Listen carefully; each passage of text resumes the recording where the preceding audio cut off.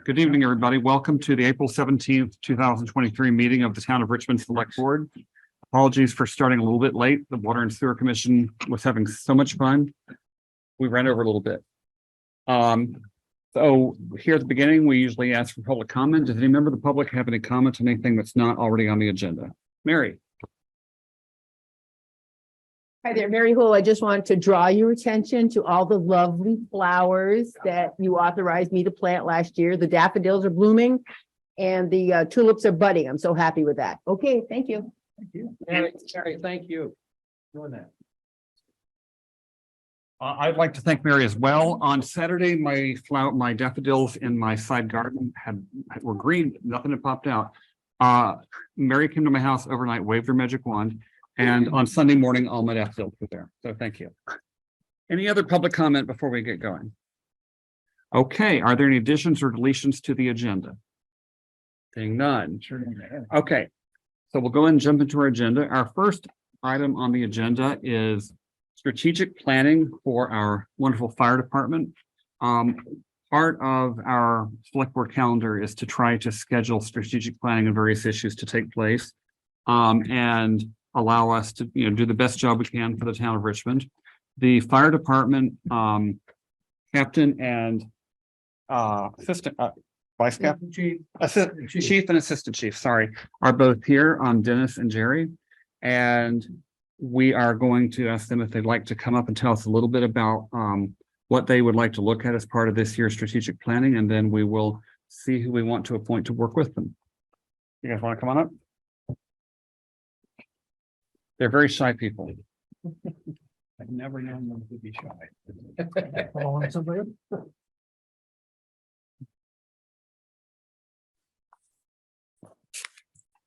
Here's.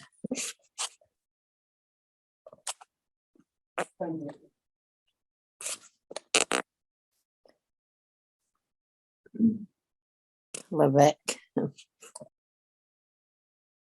I think some of our main concern is, we talked a couple of years ago about replacing our rescue truck in 2027 budget year. And with the pandemic and everything, and people not being able to get metal and parts for fire trucks, the price of fire trucks have skyrocketed anywhere from 10 to 20% a month. So I did send an email to Jay and Josh with my concerns. And I think we need to figure out the capital plan and what to move forward, because the longer we wait, I feel that the trucks are going to be up over $1 million. And I know that's going to be a big shot to the taxpayer of the town for a fire truck. Okay. Another thing that I think every fire department in the state of Vermont is looking at is recruitment of new volunteers. Yes. I did just off the cuff, I did a little bit of research on, I asked Vermont League of Cities and Towns, do they have any brilliant ideas that we maybe haven't tried for recruitment of volunteers? And they gave me this tantalizing thing that then they had to say, well, never mind. They said that some towns had actually done property tax breaks for volunteer firefighters. And then I said, that sounds wonderful. Can we do that? And then they said, well, no, it's not legal in Vermont.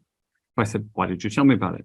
It is legal in New York. Right. Lots of towns in New York will do a up to 10% property tax rebate or break for their volunteer firefighters. And I think that makes all kinds of sense. We could pay money, but if you have to pay taxes on money spent to you. If you don't have to pay the taxes in the first place, it gets more money in your pocket. I reached out to our town representative, Jana Brown. There are a couple of ways we could go. We could try to get this into the legislature for next year and maybe make this something that goes statewide. It was last proposed in 2019 and went nowhere, but maybe this time around we can. Or another possibility that maybe would work would be a town charter change allowing us to do it. So that's just one spitballing back at the envelope kind of thing. We obviously need people who want to do all the exciting stuff you guys do. So anything we can do in that regard, Well, we haven't talked to the members, but on May 13th, they're having Operation May Day. It's been on the news. And we want to open up the fire station to the public and see if we can get some recruits that way. Not every town in Vermont is doing it, but a lot of towns Just even the paid full-time people are looking for members. They can't get them either. So we're gonna try, the state's doing this.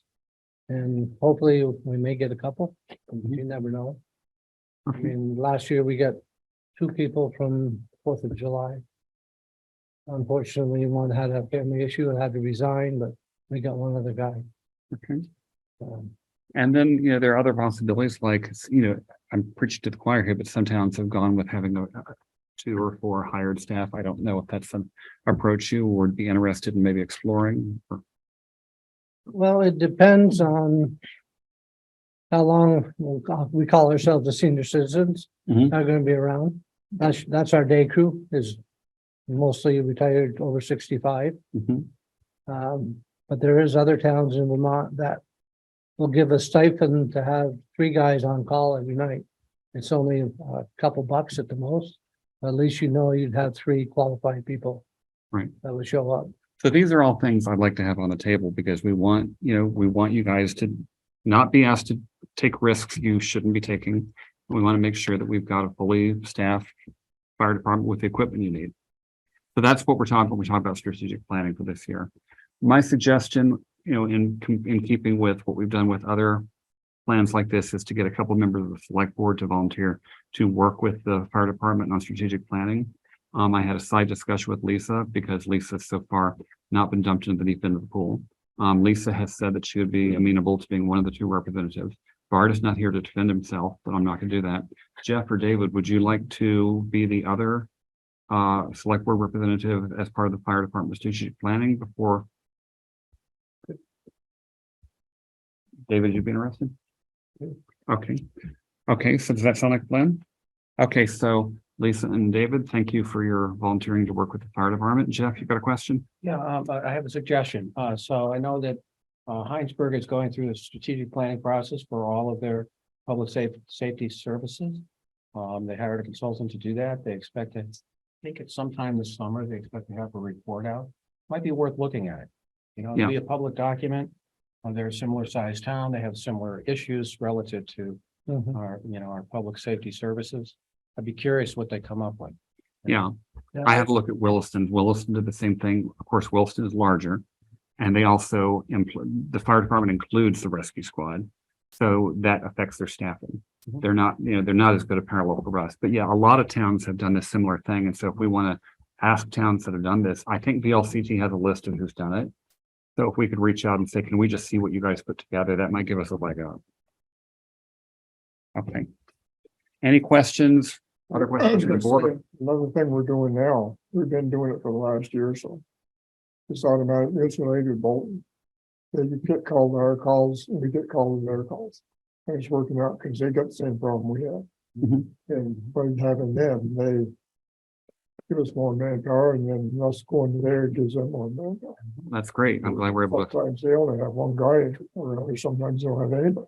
Yeah, I have heard that. One of my neighbors, Jim Whitcomb and his son Ben were involved with the Bolton Fire Department. It's been looking great Yeah. so far. Okay, so glad to have you guys doing that. So any questions from the public for Dennis and Jerry? Okay, I just want to say, as always, we're very, very grateful for your service, your volunteers, and you're doing something that the town badly needs. And I think a lot of times people take you for granted. So thank you again. Okay, our next item, do we have Lisa on the call? Oh. You're heading to that. Okay. Okay, so our next item on the agenda is an update on our 2-year reappraisal process. Lisa Trishon is here to provide an update on the process, review the work that's left to be done, and answer our questions. Perfect.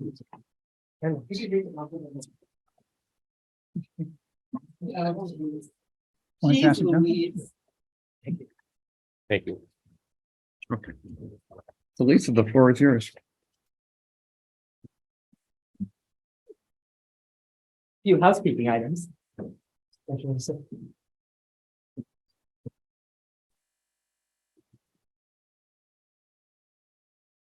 So the 2023 reappraisal project is nearing the end.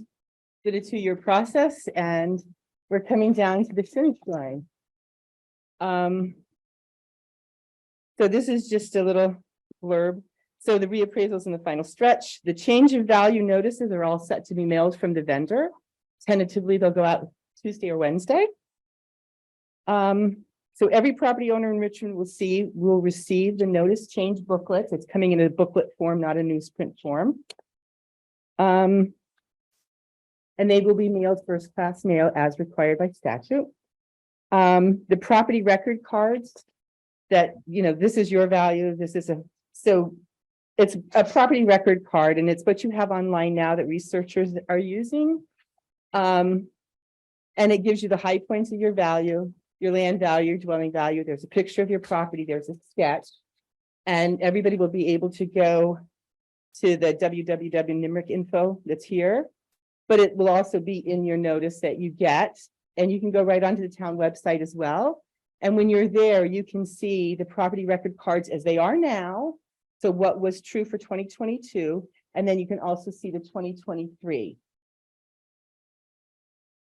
So that's a good thing. And then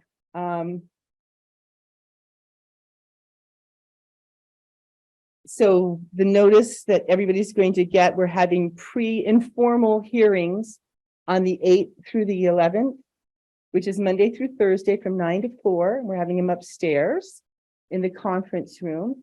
And that's an opportunity for people to come and ask questions about the reappraisal process, ask us questions of how things are valued and why they're valued that way.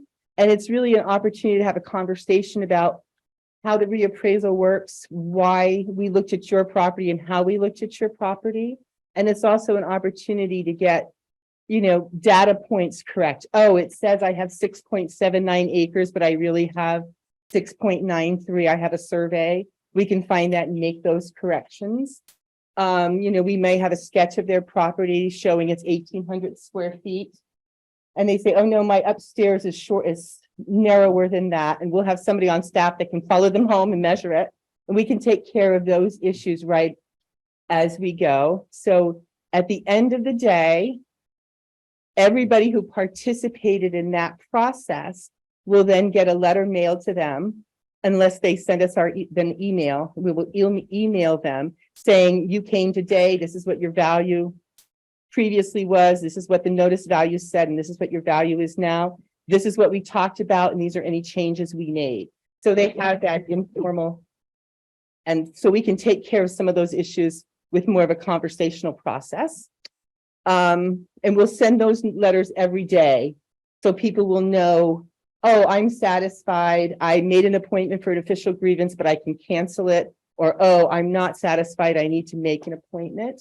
So people have time to react to that.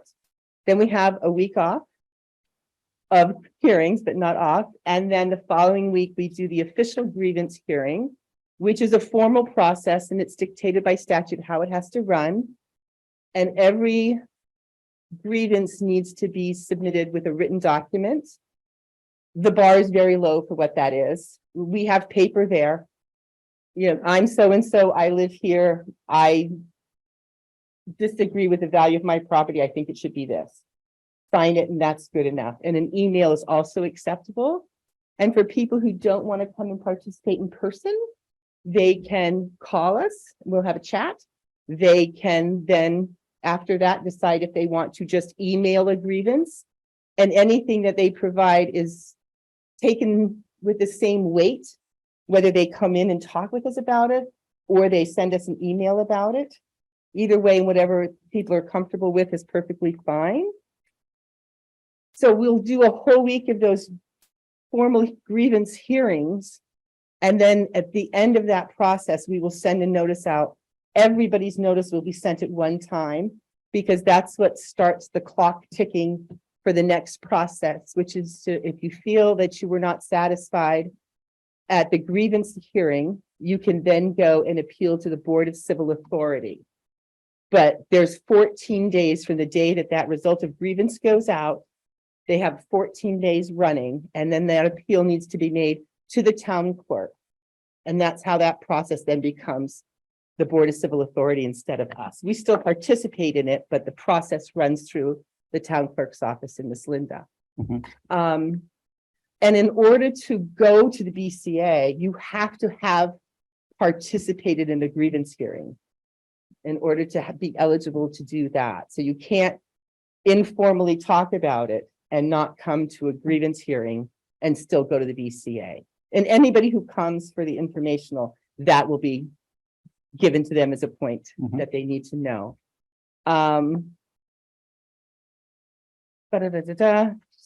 And when we have the informational hearing, it's an opportunity for people to come in and ask questions, and we'll take the time so people understand what we did, why we did, how we got to value, what we were looking at. And the other thing we do is we have a sales book. So we'll take all the valid sales for the last 24, 36 months. We print them out so that there's a picture, here's the sale information about this house. And we put them all in a big book and we put them in ascending value of the sale. So when people come in that have been, they know the market's gone crazy, but this can't possibly be true. You know, you say my house is worth $400,000. Well, there's no way I'll ever get that. And then we can look at the book and say, well, this is what $400,000 bought last year in Richmond. Oh, and that's the other way for us to say, wait a minute, what do we have wrong? Mhm. There's something amiss. So it's a great, it's visual, and it's also helps to inform people who are watching the market, but not really intently, like, oh my God, I can't believe that happened. And we'll talk about, I mean, last time I looked, I think it was on Saturday, there were 3 properties for sale in the entire town of Richmond, and 1 was land. Mhm. That's it. So when you think about the principle, the economic principle of supply and demand, what's driving these prices? There's a lot of things in effect, and we've been watching after the interest rates started going up. Well, that's going to slow the market. It hasn't yet. We see less transactions, but that's just because there's no supply. And people are getting financing, conventional financing, they're recording mortgages. It hasn't really changed that much as you might expect. But those are all the kind of things that we're happy to take the time, and as much time within reason as people need to feel like their questions have been answered and they're well informed with the process, because that's always going to help to have a conversation and not a confrontation at the end of the day, which is always our goal. So, and in the notice that everybody gets, there's frequently asked questions, which kind of talks about your tax rate, talks about the market. That'll be part of, that's in the book. And there's a grievance appeal form that people can literally just tear out of their notice, fill it out, and that's their written grievance. It works just fine. And all the contact information is on the first sheet of that notice.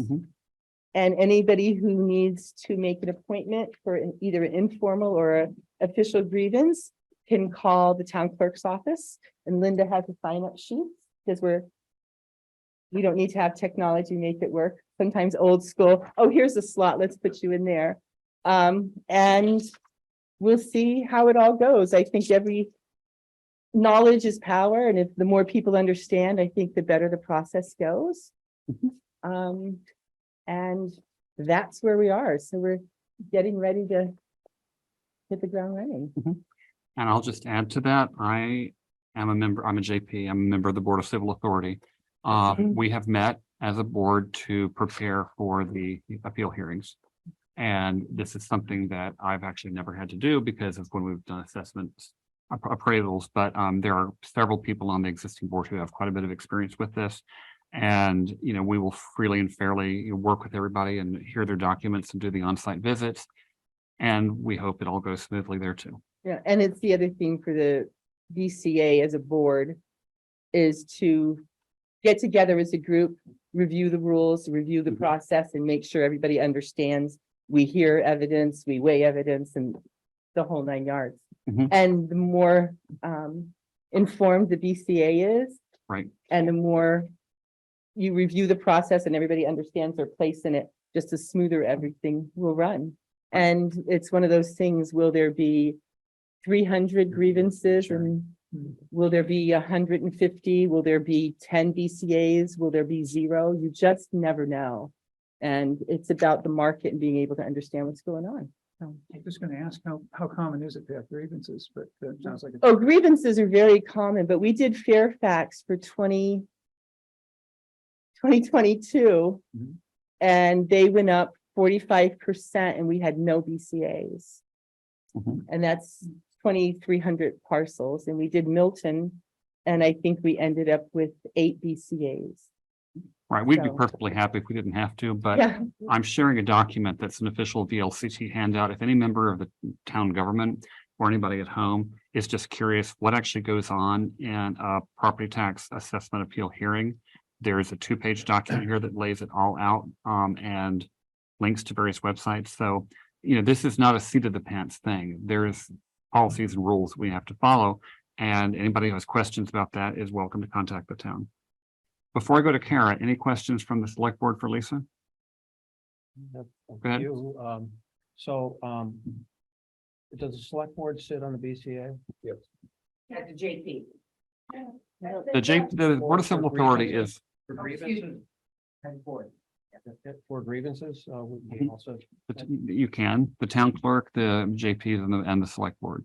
okay, and do you need a quorum in order to The make? quorums are kind of interesting for that. You don't have to have a quorum of the entire board. The votes to appeal or to ratify an appeal or not are based on a quorum of who's present. And so in some cases, you can have as few as 3 JPs present, and that can still be a legal hearing. And it couldn't have been the last time. It might have been the last time. Is it what, 2008 was the last time we did this? So I was a JP back then, or maybe the time before. I found it actually a very interesting process. And when there was a grievance, 2 BCA members were assigned to investigate. Mhm. Go to the property and, investigate and then write a report. Mhm. For the rest of the board to consider. It was quite interesting, really. I understand how the different values affect town taxes. Because it's all within the town. It's, you slice and dice, it's the same budget, but you slice and dice it a different if the way. grand list goes up 100, if the grand list goes up 50% and your spending stays level, then you would expect your effective tax rate to drop accordingly. Right. But how does it affect school tax? That is a bigger issue because you don't know what your CLA number is going to be yet. So we'll be at Don't. 100, but like So Jared. you will be at 100% of fair market value, but your CLA will be different because they don't take this as 100%. They take this grand list that we come up with in 2023, then they merge it with the 2022 equalized grand list, and then they use those 2 things to calculate a new CLA. So what it is, I can't tell you until we're done and the state looks at it. Okay, and So you've already been paying education taxes as if your values were only at 70% of assessment already. Mhm. So if everything went up 50%, you can do the calculation that you're already paying 30%, so you're only making up the 20%, but then if your CLA goes over 100, what's it going to be? And there's too many variables and too many moving pieces to reliably be able to say that's what it's going to be, so. Yeah, I remember being on the school board. It was crazy trying to figure out the tax rate because the CLA oftentimes wasn't calculated until after we passed our budget, Mhm. which was crazy. But so like, are the surrounding towns in our school district doing reappraisals too? Do we know? I don't know who's in your school district. Jericho, Nope. Bolton, Underhill, Huntington. I don't Huntington, know. Bolton. Okay, as far as you know, no. Okay, CLA in theory corrects that. That The if- the CLA is a theoretical change to equalize the statewide grand list. It really has nothing to do with your town. And it's not necessarily, yes, between all between our towns, it would. your participating towns in that same district, that's theoretically what changes Sort that of. because the school gets a tax rate. And then each town is then modified by their individual CLA. Okay. okay. Karen, Thank you, first of all, for presenting tonight and allowing everybody to understand the process. I really like that you're gonna do that informational week. Mhm. You said the 8th through whatever, 8 through the 11th. it's May, though. I just want to make sure. Yes, it's, I'm sorry, it's May. Just so people realize that's May, May. that everything's gonna happen in May. Yep. I really appreciate that. I think that's gonna be very helpful to people who don't understand the process. Couple questions. The property card information that's available online, is it the full detail or No, is but it those just? are going to be available too. They're already printed out and ready to go. Okay, so I just want to make sure people understand. It's like it's basically a summary page that's available and the full detail as far as measurements and comprehending like how many decks you have and how big they are. That detail is going to be available in the office. Printed. Printed. Okay, that's great to know. And then the last piece of the question was, we had originally, when this all started, discussed as a select board and an select board meeting, being able to get the full data set. Is that going to be available via like an Excel document or anything like that, so that we can see the changes in all structures throughout Richmond? Not until after the reappraisal numbers are final, then we'll have a data dump for you. Okay, so we aren't going to be able to use that data dump because when we go to a BCA appeal, you have to have comparables. And so the comparables data is driven by the information that's available. So people have to come in and research the data here. That data dump is not going to be available. Could we possibly have a data dump available to us that's not based on the finalized grand list, but the grand list that's being released? Because that helps me decide, am I in the right value compared to my neighbor? Am I in the right value compared to somebody else who has the same square footage as me? Which Did I go up the same percentage as they went up? Those analytical pieces that the person looking at their own card and evaluating how they stand has to have the data set to be able to see what the comps are in their own town. I'm not going to go get a comp from Williston. I'm not going to have that available by the beginning of the grievance process. Too much. I just don't have the time or the bandwidth. But you have the data for what we are right now, right? That's I the do. spreadsheet you gave me. Yeah, It's giant and needs Yeah. lots of interpretation. So we do have that data for what's in the system for the current year. Mhm. families. Is that what? Or are you looking for like an updated list over that? The card that they're releasing is the full town. The card that's going to go out to everybody is going to be all values of it's going to be a booklet that has everybody's value in it. Perfect, That's yeah. the data that's important because that's the new data set. So- That's the values that are being established for. he wants to everybody. have the itemized individual data for each parcel in town available. And when we talked That's about that doing this, everything's in the book, but that all the data, the individual itemized The property, Square footage of each individual property. every house, every porch, The data every people are gonna garage, get is every this, every 91 that. Cemetery Road is old value, new value. Right. And I'm looking we'll be for able to just a see data- that whole, I just want to, like, that's the baseline. Everybody's gonna get this book. Right. That's Every what I'm property in town, current and new. You're gonna get a notice, here's your value and here's everybody's value. But you're not gonna know He that does that like with love, Jeff. this other property is 5,000 square feet and yours You is. can still know that by going in and saying, Look at okay, the these are the 10 I additional want to research. look at, go online, get those 10 online and boom, there you are. What I'm actually looking for, I'm like, Okay. clear. Yeah, that's what I'm trying to First understand. data set I'm trying to ask for is strictly the data set in an Excel format. It's going to be the report. Oh, So the that's- report that goes to everybody. That's the full value, the new value. And then an address and the name. Correct. I That can data get set. that together and we can Beautiful. have that available online on the town website. Beautiful. That's the first data set. That's the overall. So what you picture. want is you want the notice in an Excel format. Yeah, There you go. the report in Excel. We can format. do that. Beautiful. Okay, Thank you. Ian. You had your hand up. You took it back down. Do you have a question? She just answered it. Thanks. Okay, Yeah, I was Any just other- wondering, like, if you could print it in a book, why can't you put it in a spreadsheet? But I guess you can, so. we can. And we will have that up on the town website as well. When the notices hit the mail, by the time the notices hit your mailbox, that will be on the website. Great, The other- thank you. Later. Okay, That's all. so Lisa, thank you. You're welcome.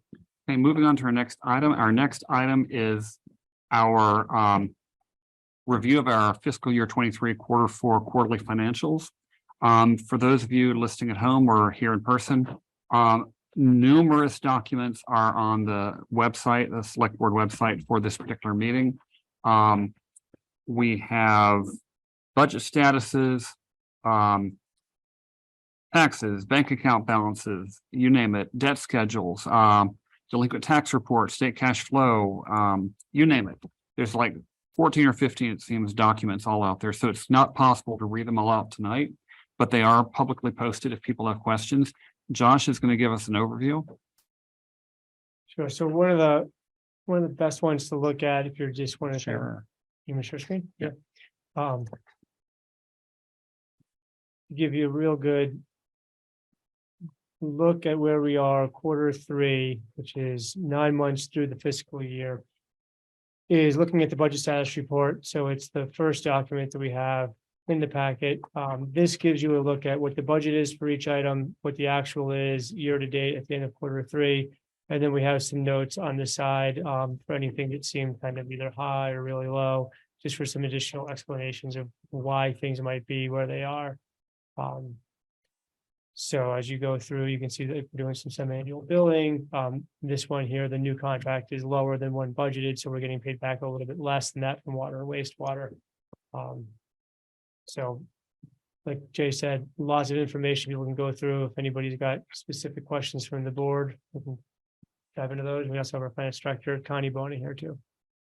Hey, Jeff. The first item is, it just catches my eye. So, we had budgeted $200,000 for a brush truck, but it's not going to be in this fiscal year. It'll be in next fiscal year. How did we budget for that? So did that? Yeah, so that was budgeted. I think that was the down payment for the brush truck. And since we're not going to be receiving that till 23, we don't actually have to put a down payment on it until later. So it was budgeted in 20. We're not going to have the actual. The 200,000 is the full cost of the brush truck, and we're paying for it with reserves. But we're not getting it this year. We already locked in the price on that one though, Right. and we just don't need a down deposit on it. Correct. So we'll pay for it when we receive it. Well, how does it affect our budget? So like when we get done with our fiscal year 23 is over in the end of June, right? And next year we did not allocate for that because we allocated for it this year. Does that affect our budget? No. It has no impact on the budget because it's being paid for with reserves. Okay, Great. Okay, questions here in the room? I don't see any hands up on the website. Mary? Really? Oh. I look forward to this all week.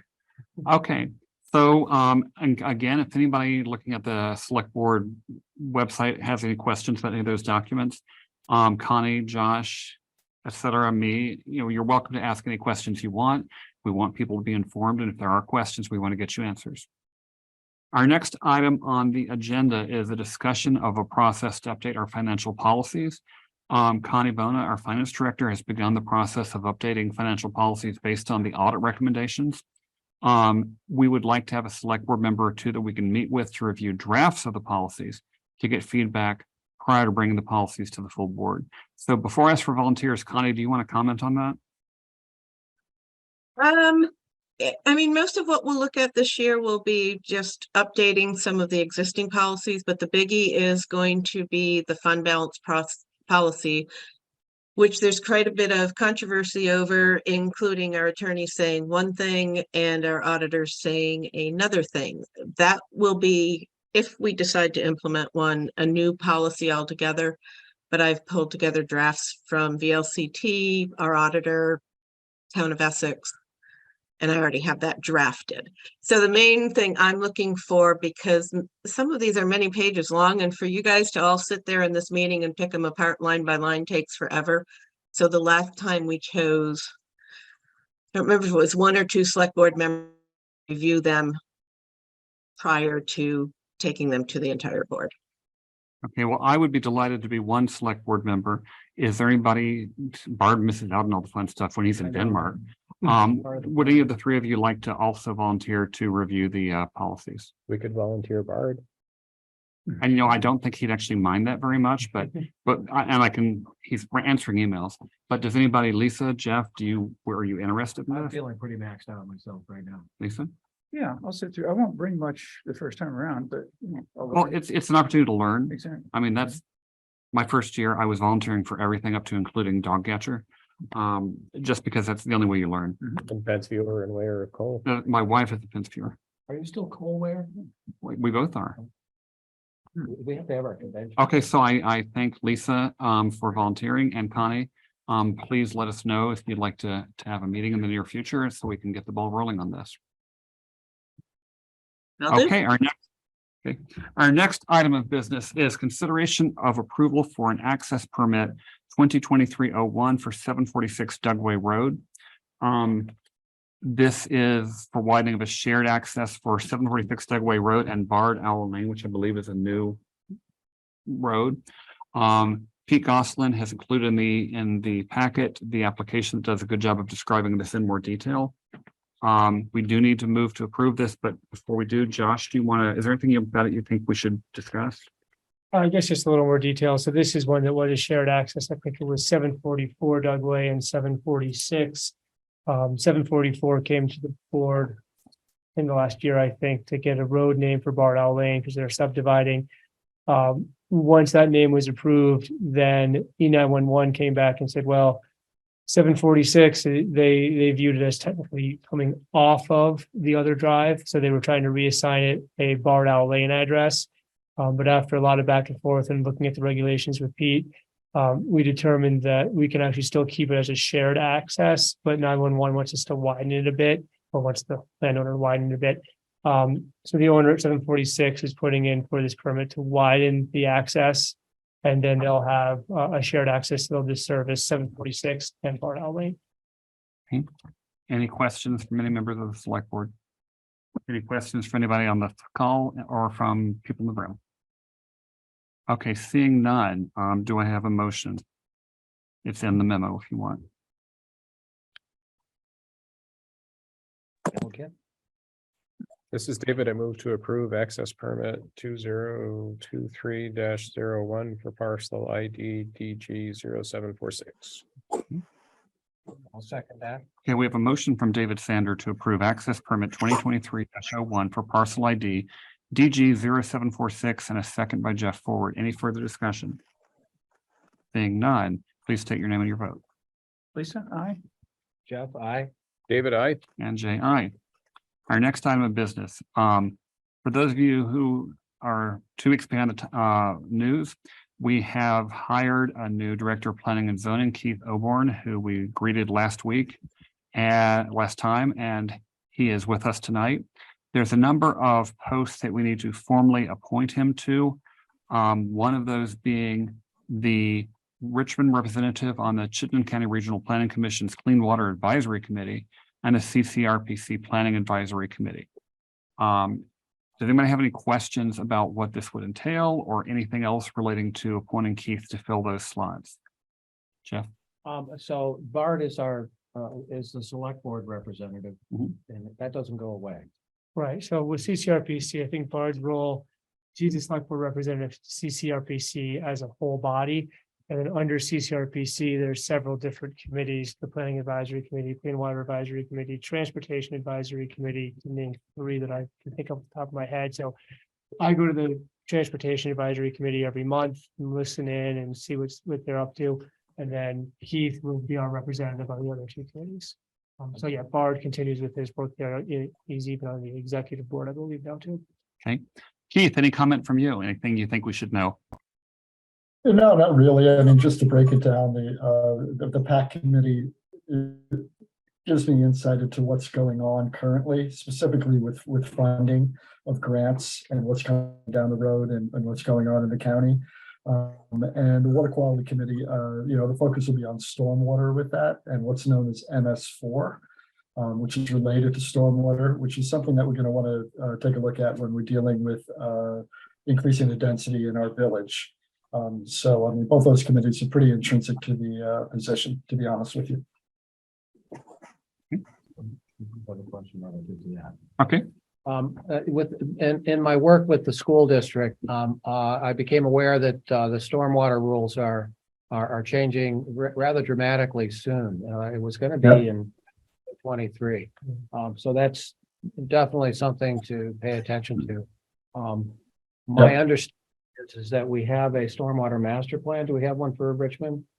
We do. I haven't looked at it in a while, but a couple of years ago, I remember reviewing that, and it has some shared stormwater plans as well with other private property, like the schools in there actually. the school with has, runoff.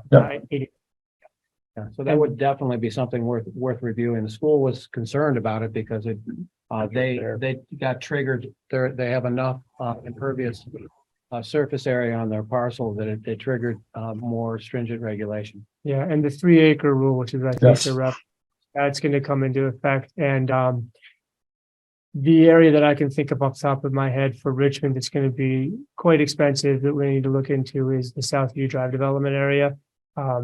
And I've had some preliminary discussions with our engineer, Tyler Billingsley, about that. He actually recommended a different engineer that's more specializes in that type of work. But yeah, the engineering alone is fairly complicated. And if there ever has to go to construction, it will be also complicated and expensive. I did recently see, I believe it's a grant through the state to help with at least some of those engineering costs, which I need to look into in more detail, but you are not incorrect. It's going to be expensive and time consuming.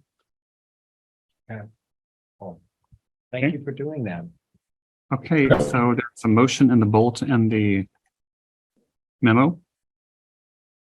Jay, this is David. I move to appoint Keith Oborne as the Richmond representative on the Chittenden County Regional Planning Commission Clean Water Advisory Committee and the Chittenden County Regional Planning Commission Advisory Committee. This is Jeff. I'll second that. Okay, we have a motion from David Sander to appoint Keith Oborne as a Richmond representative on the CCRPC Clean Water Advisory Committee and a CCRPC Planning Advisory Committee, seconded by Jeff Forward. Seeing no further discussion, please state your name and your vote. So I, Jeff, aye. David, aye. And Jay, aye. Our next item of business is consideration of approval. Oh, congratulations, Keith, for your lofty new position. Yeah, there you go.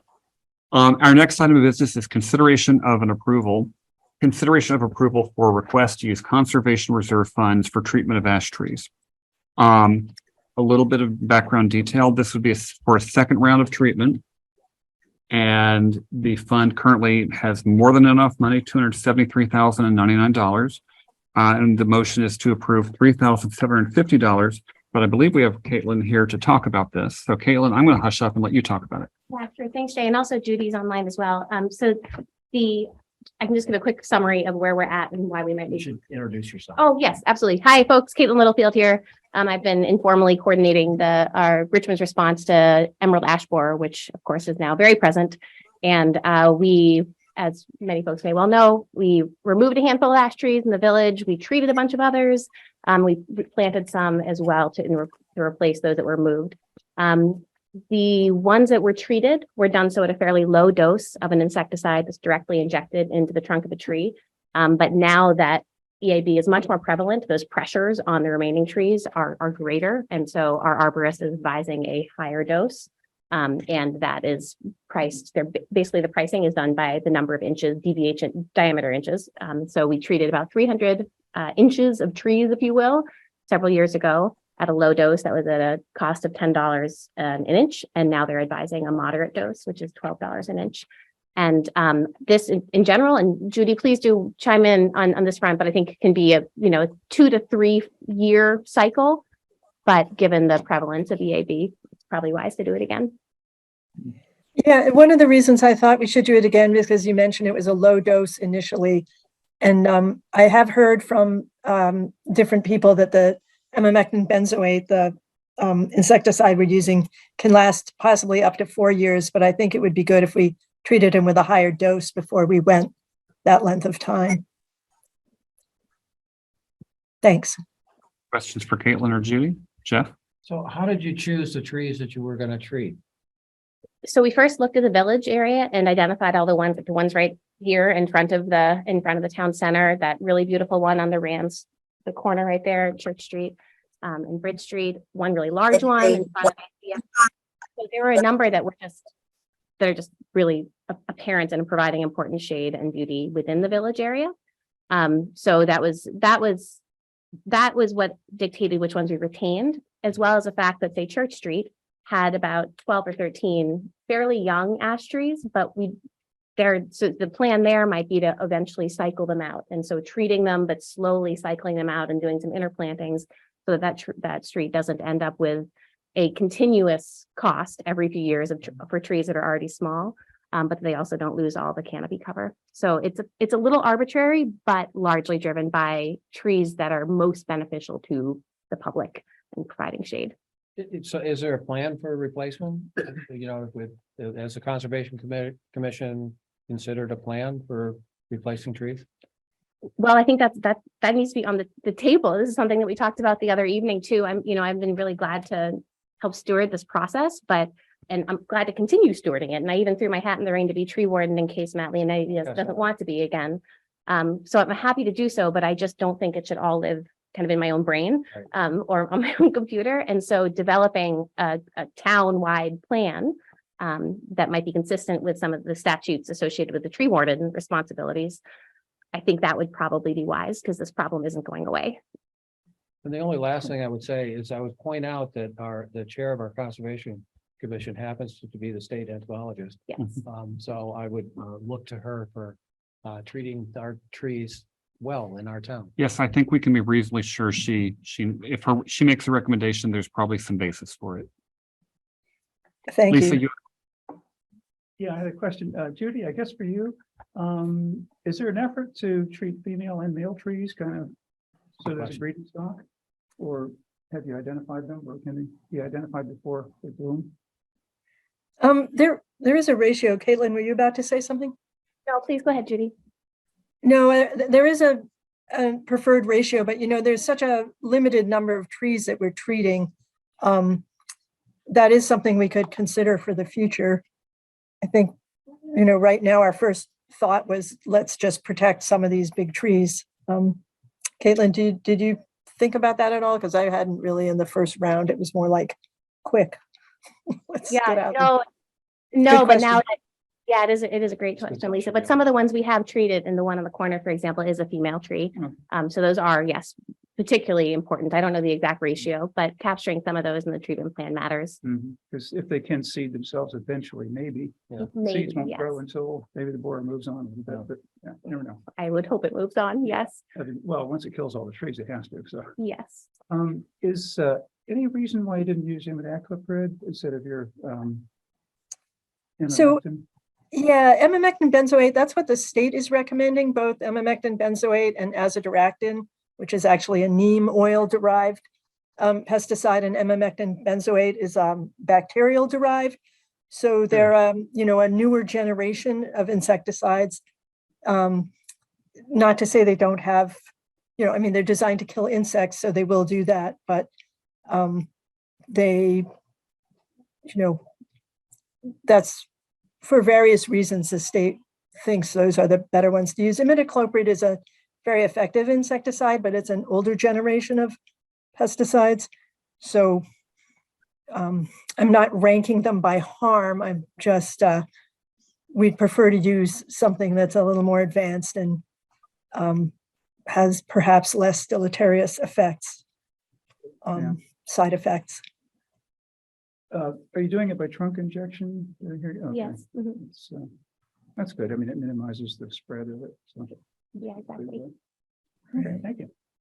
Okay, I see no hands up or hands here in the room. We have a motion in the memo. Would somebody like to make that motion?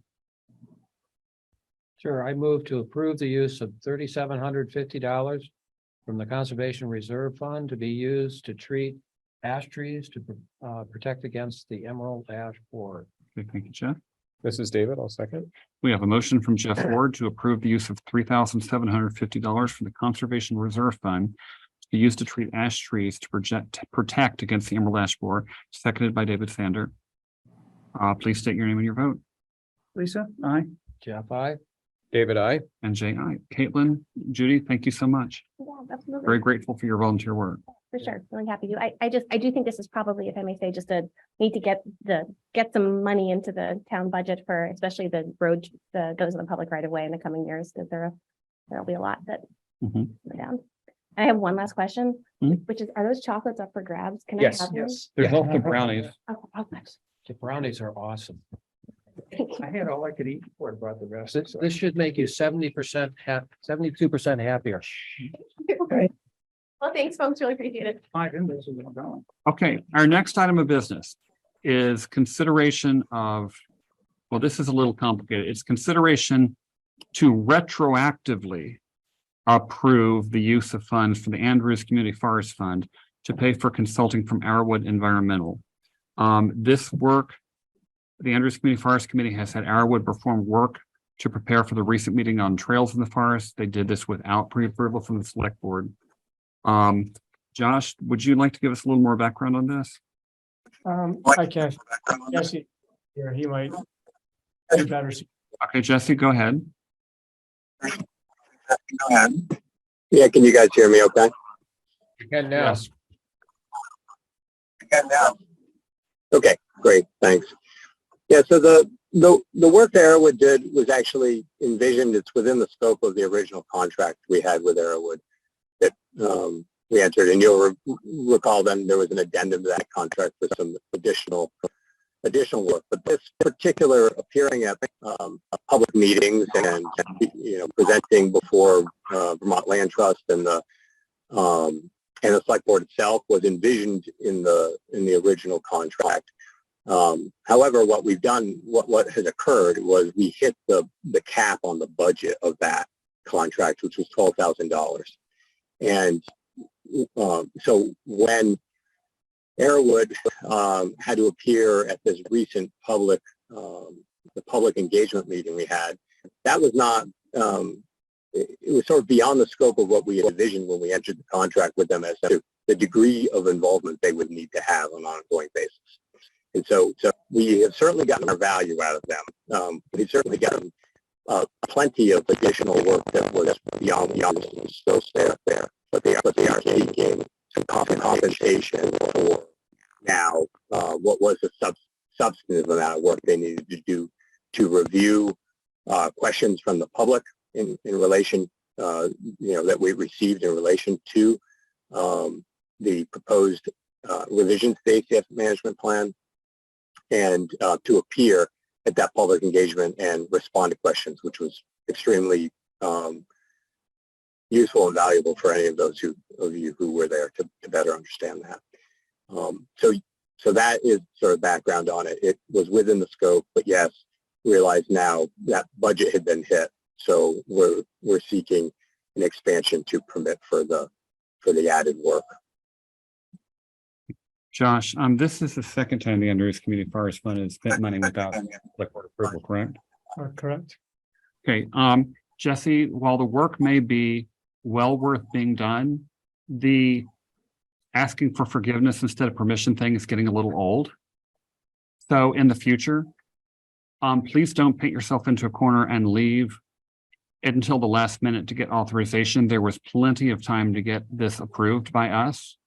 And it sets a terrible precedent for members of town committees to spend money and then say, oops, by the way, can we do that?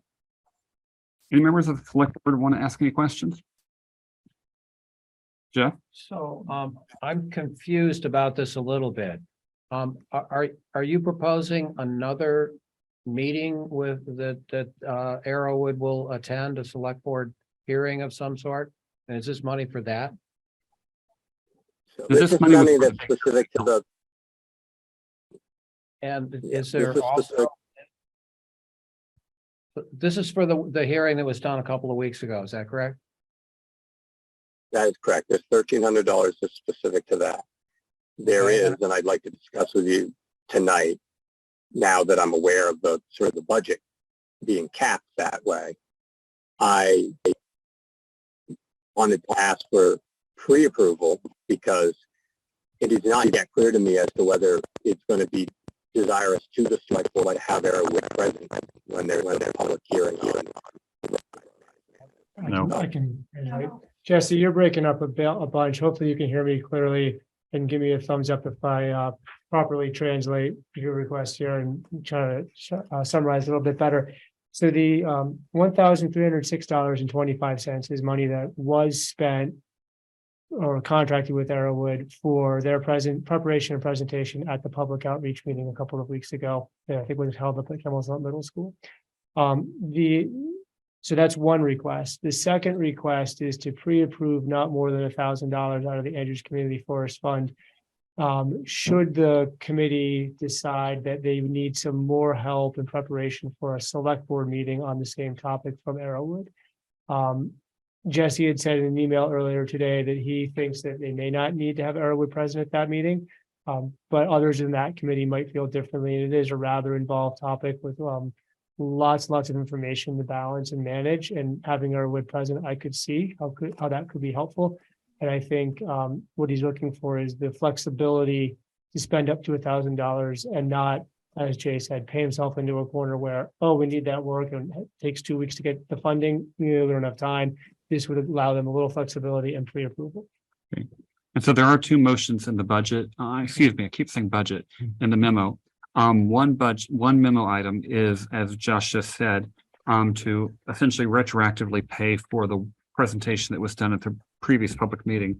In the memo, the second motion does not have a dollar amount, but you've just heard from Josh that the proposed dollar amount for us to approve in advance was $4,000.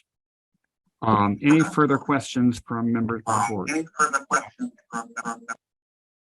He's got some Okay, good. feedback to line. So I'm still a little confused. So in the original proposal by Arrowwood, they did not anticipate having to do preparation for a public meeting. That was beyond their scope.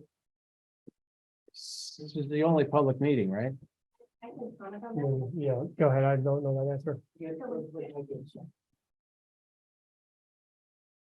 Jesse, I don't want to overstep here, but I'm present, so I can maybe clarify that. So in our original engagement with them, the idea was that, yes, we would have them, we would have them attend the final select board presentation when we do present the final plan. This public engagement forum that we had a few weeks ago was an additional ask that we brought them in for. And so those are the two differences there. Okay, so the second request for an additional $1,000, that was included in the original scope? The expectation that Arrowwood would attend the final select board meeting was included. I can't tie the precise amounts to that request, but it was included in the broader scope in which we engaged them. I believe the reason for this household request is because they've maxed out their budget.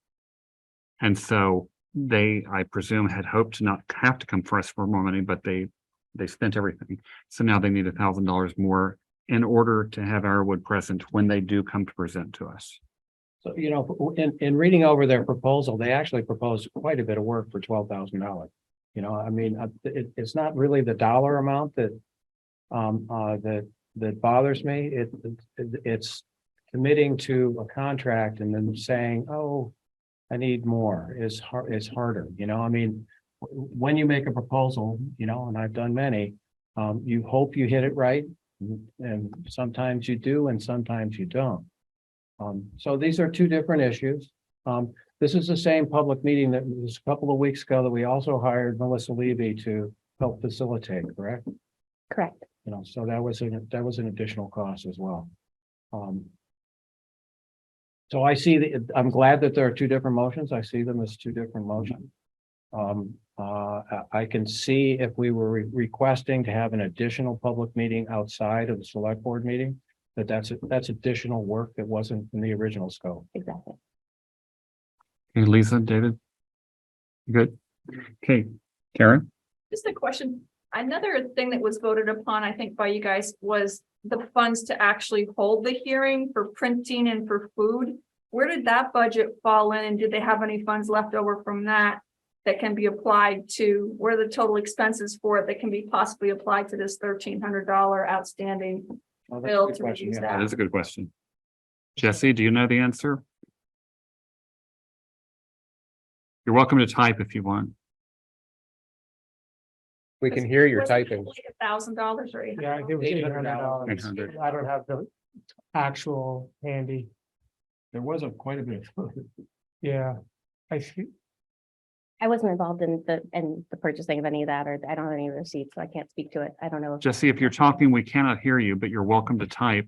We're looking to see how much of that $800 that we authorized to pay for the meeting was left over, if any.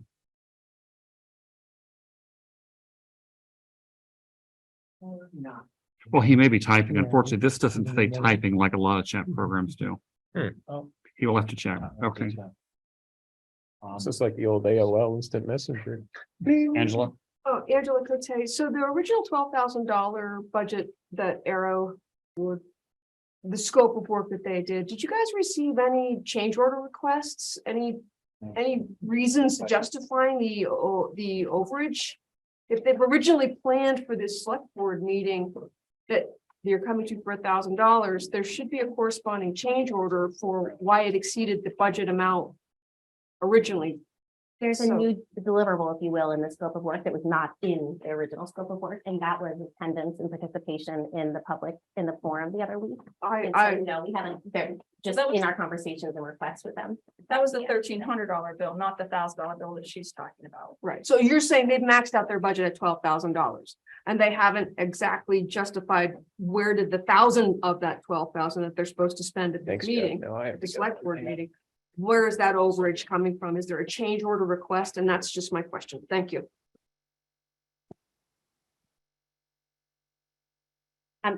I can't speak, I don't know if Jessica can speak to that. I'm not involved in our communications with Arrowwood and the.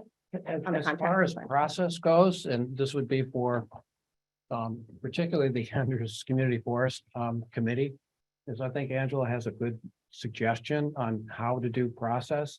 Is we have a proposal, a bid, we accept the bid, and if there are changes to that bid, there should be a more formal change order process along the way, and we should approve it before that work is done. You've already done that once before this even $1,300 request. So this is the second and third time. Right, and that's the awkward thing about the 1,300. We're essentially authorizing a change order after the money has been spent, which I wish we would not be asked to do anymore. And $1,000 is them trying to get ahead of things. So and again, I'm not trying to bash you guys. I know your hearts are in the right place, but controls are there for a reason. Understood. And other people could bid on it and come in at a higher price and include everything. Okay, So you just keep adding on to the original bid. okay. Right. Not- So long story short, we have a pair of motions. Would anybody like to move either of them? I'll do the first one. Mr. Chairman, I move to approve the use of $1,306.25 from the Andrews Community Forest Fund to pay Arrowwood Environmental for their presentation at the public meeting regarding trail development in the Andrews Community Forest. Okay, I'll second that. okay, we have a motion from Lisa Miller to approve the use of $1,306.25 from the Andrews Community Forest Fund, to pay Arrowwood Environmental for their presentation at the public meeting regarding trail development in the Andrews Community Forest. That motion was seconded by Jeff Forward. Any further discussion? Okay, please state your name and your vote. Lisa, aye. Jeff, I. David, I. And Jay, aye. Okay, we have a second motion. This one would be for $1,000. Would anybody like to move that?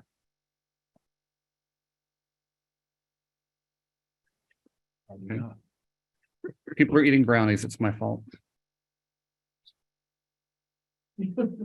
This is David. I move to approve the use of not more than $1,000 from the Andrews Community Forest Fund to pay Arrowwood Environmental for work to present at future public meeting recording trail development in the Andrews Community Forest. Okay, we have a motion from David. Is there a second? Okay, I am seeing no second. Motion fails for lack of a second. So now, do they know not to spend the money? Or are they still gonna spend the money and come back to you and say, can we have you? We did not authorize the money at this point. If they want to spend the money and can come up with better justification for it, they're welcome to ask for it again, but right now they are not authorized to spend that money. And my reasoning for it is that this was originally envisioned in the original proposal. And so, bummer that they went over budget, but Okay. Cookie crumbles sometimes. Okay, our next item on the agenda, again, thank you, Caitlin, for all your hard work, is a quick update from the American Rescue Plan Act Committee. This is a subject of great interest to many people in town. The ARPA committee has been meeting for, I guess, going on close to 2 years now. And our first phase of work, which concluded last September, was to solicit recommendations from members of the public. We received 318 distinct suggestions, but not distinct, I should say, 318 suggestions, which were then compiled so that instead of having 20 discrete requests for a pickleball court, we had one request with 20 suggestors. The ARPA committee has also heard from committees within the town government, such as the Transportation Committee, the Recreation Committee, and the Cemetery Commission, asking for certain uses of money for certain purposes, and the Town Center Committee for the Bruin Grant. And so at this point, the only money that we've actually recommended to the Select Board and the Select Board has authorized is $150,000 for what we're referring to as the Bruin Grant to pay for repair, badly needed repair of the outside of the Richmond Free Library, and about $3,000 to pay for costs associated with the data gathering last summer. We do have a couple of projects related to sidewalk that we will probably recommend. I say probably, nothing's set in stone, at our next meeting, which will be in early May, on the second Wednesday in May. And we have also heard from the Recreation Committee, they have an ask. We have a request from the Cemetery Commission to pay 50% of the costs of an iron fence to go around the cemetery here on Bridge Street to protect it, and also to pay for repair of damaged tombstones. So that's a very quick rundown of kind of where we are. We have put information, and I'm going to share my screen for just a second so people can see where this all is.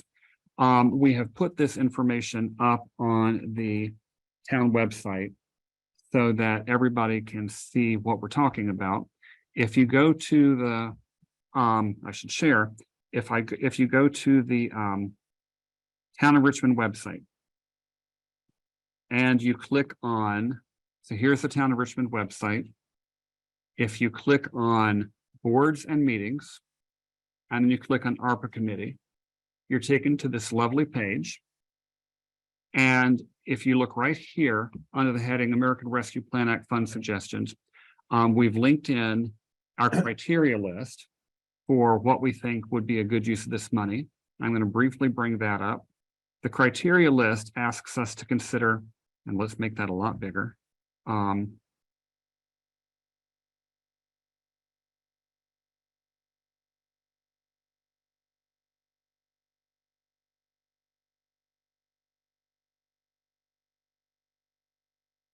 Okay, our criteria list includes that the money has to be able to be allocated by 2024, has to be spent by 2026. If we can leverage it to use to get matching grants and funds, that is considered a good thing. We're looking for projects that would be long lived. We don't want to spend the money on a thing that would be gone in a year or two, or 5. If we can realize cost savings for the town, that's good. If it can generate revenue, that's really good. The benefits of any project should be something that's widely shared and accessible to all residents in an equitable manner. We also weighed in, would it improve the appearance and beautification of the town? Will it result in increased public safety, or will it result in increased public wellness? So when we look at the proposals that are before the ARPA committee, in a nutshell, those are the things we're kind of keeping in mind. To quickly run down the rest of these links so people will know what they're looking at. The second document listed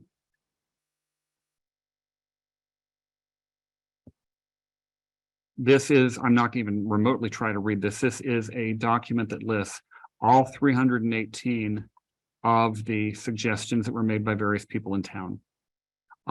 They were gathered via postcard, public forums, email, suggestions in Front Porch Forum, you name it.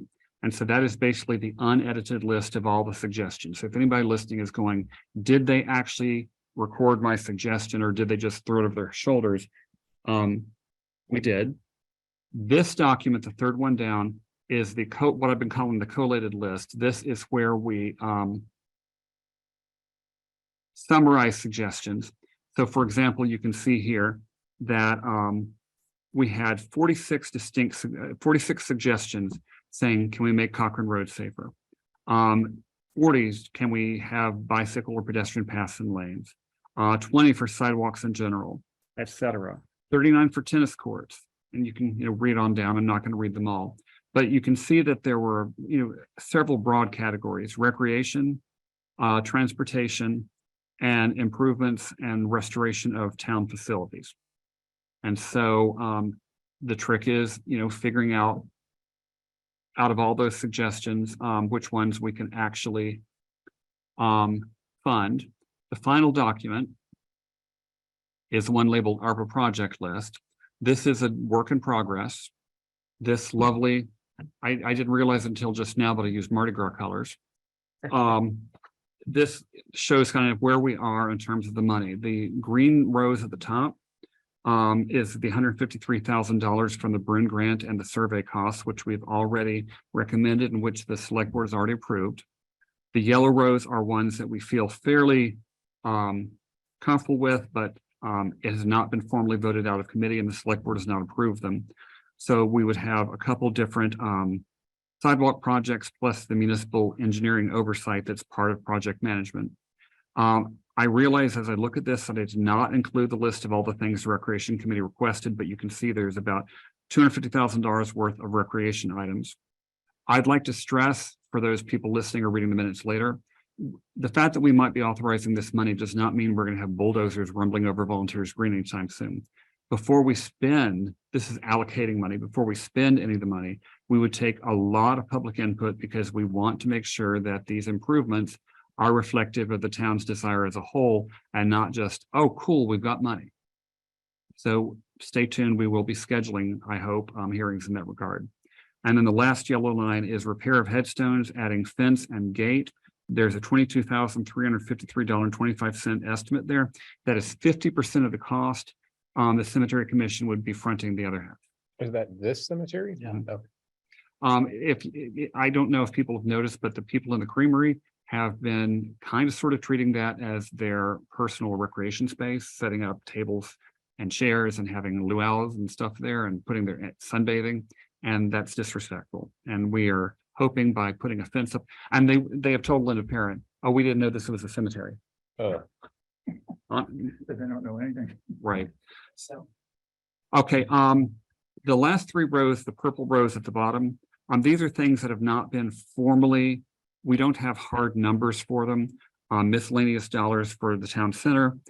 We don't have a hard and fast number from Linda Parent for how much it would take to digitize town land records. And there is a $10,000 ask from Mount Mansfield Community Television. They spent that much money wiring our conference rooms with this state-of-the-art equipment. And I think it would be a good expenditure to pay them back for that, essentially. But we have not gotten details of that or presented that to the ARPA committee. And so I didn't feel comfortable just putting yellow on it. But in all of this, this reflects many hundreds of hours of work by various people. It's been a lot of work, but we do at the end of the day want to make sure that this money is spent in the way that serves the greatest need. Sure. Judy Rosowski, our state entomologist, is wise in many respects. She notes that the Conservation Reserve Fund could also be used to preserve historic structures, including cemeteries. So that might be a thought instead of using ARPA money. So Judy, thank you for pointing that out. Or in addition to, right.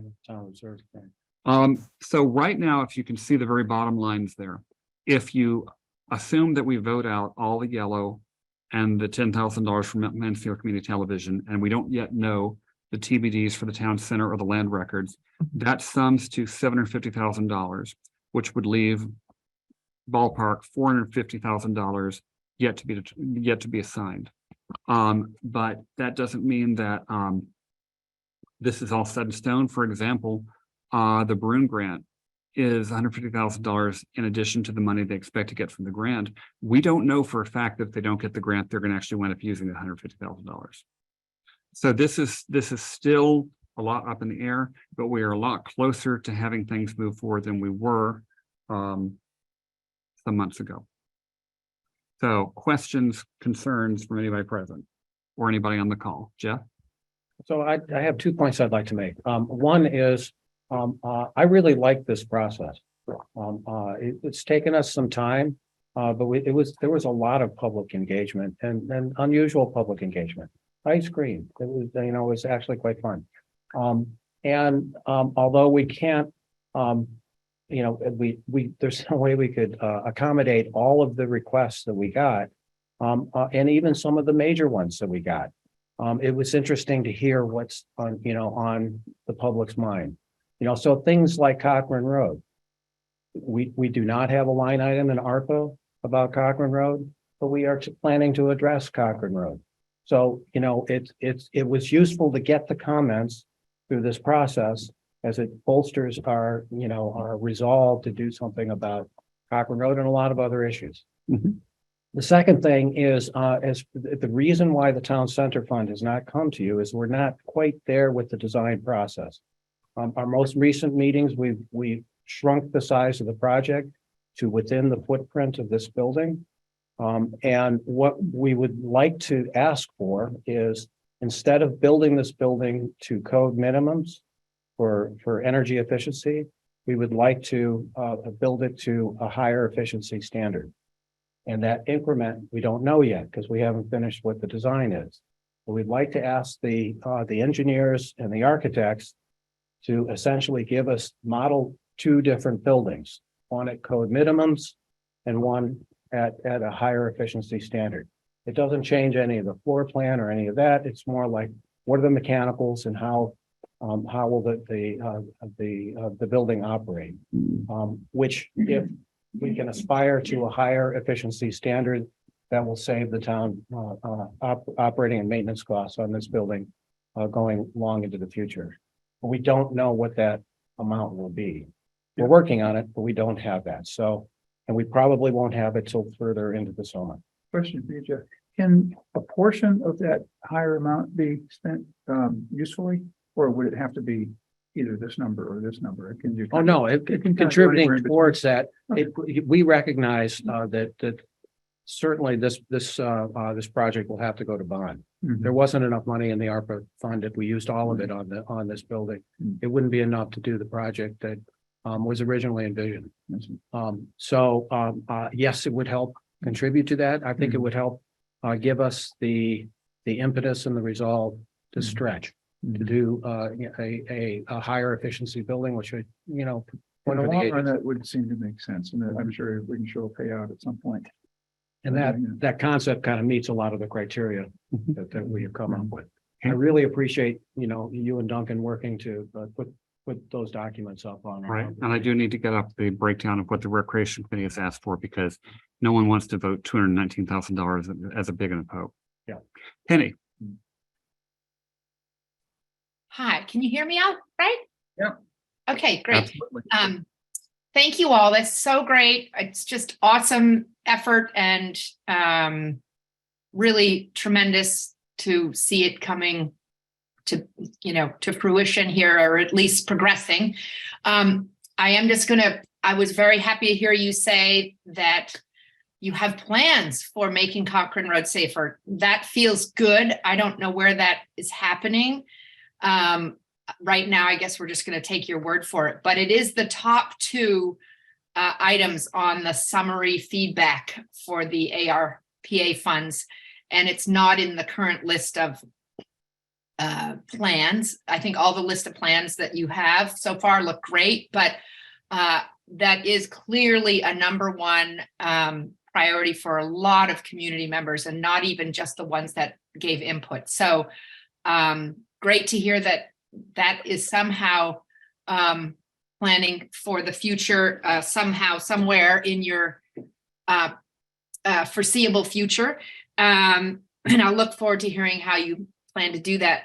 The second thing I just wanted to mention is having lived in the village for 23 years, I get to see a lot of the in-town action on a daily basis and year-round basis, and at all times of the day. And I just want to encourage the select board and staff at the town, anytime we consider something new for the community, that we include a process by which that item is going to be managed and overseen. So for example, I have been really sad about how our properties, our town grounds there's really nobody overseeing those. We have somebody who comes and mows them now, and they do a great job mowing.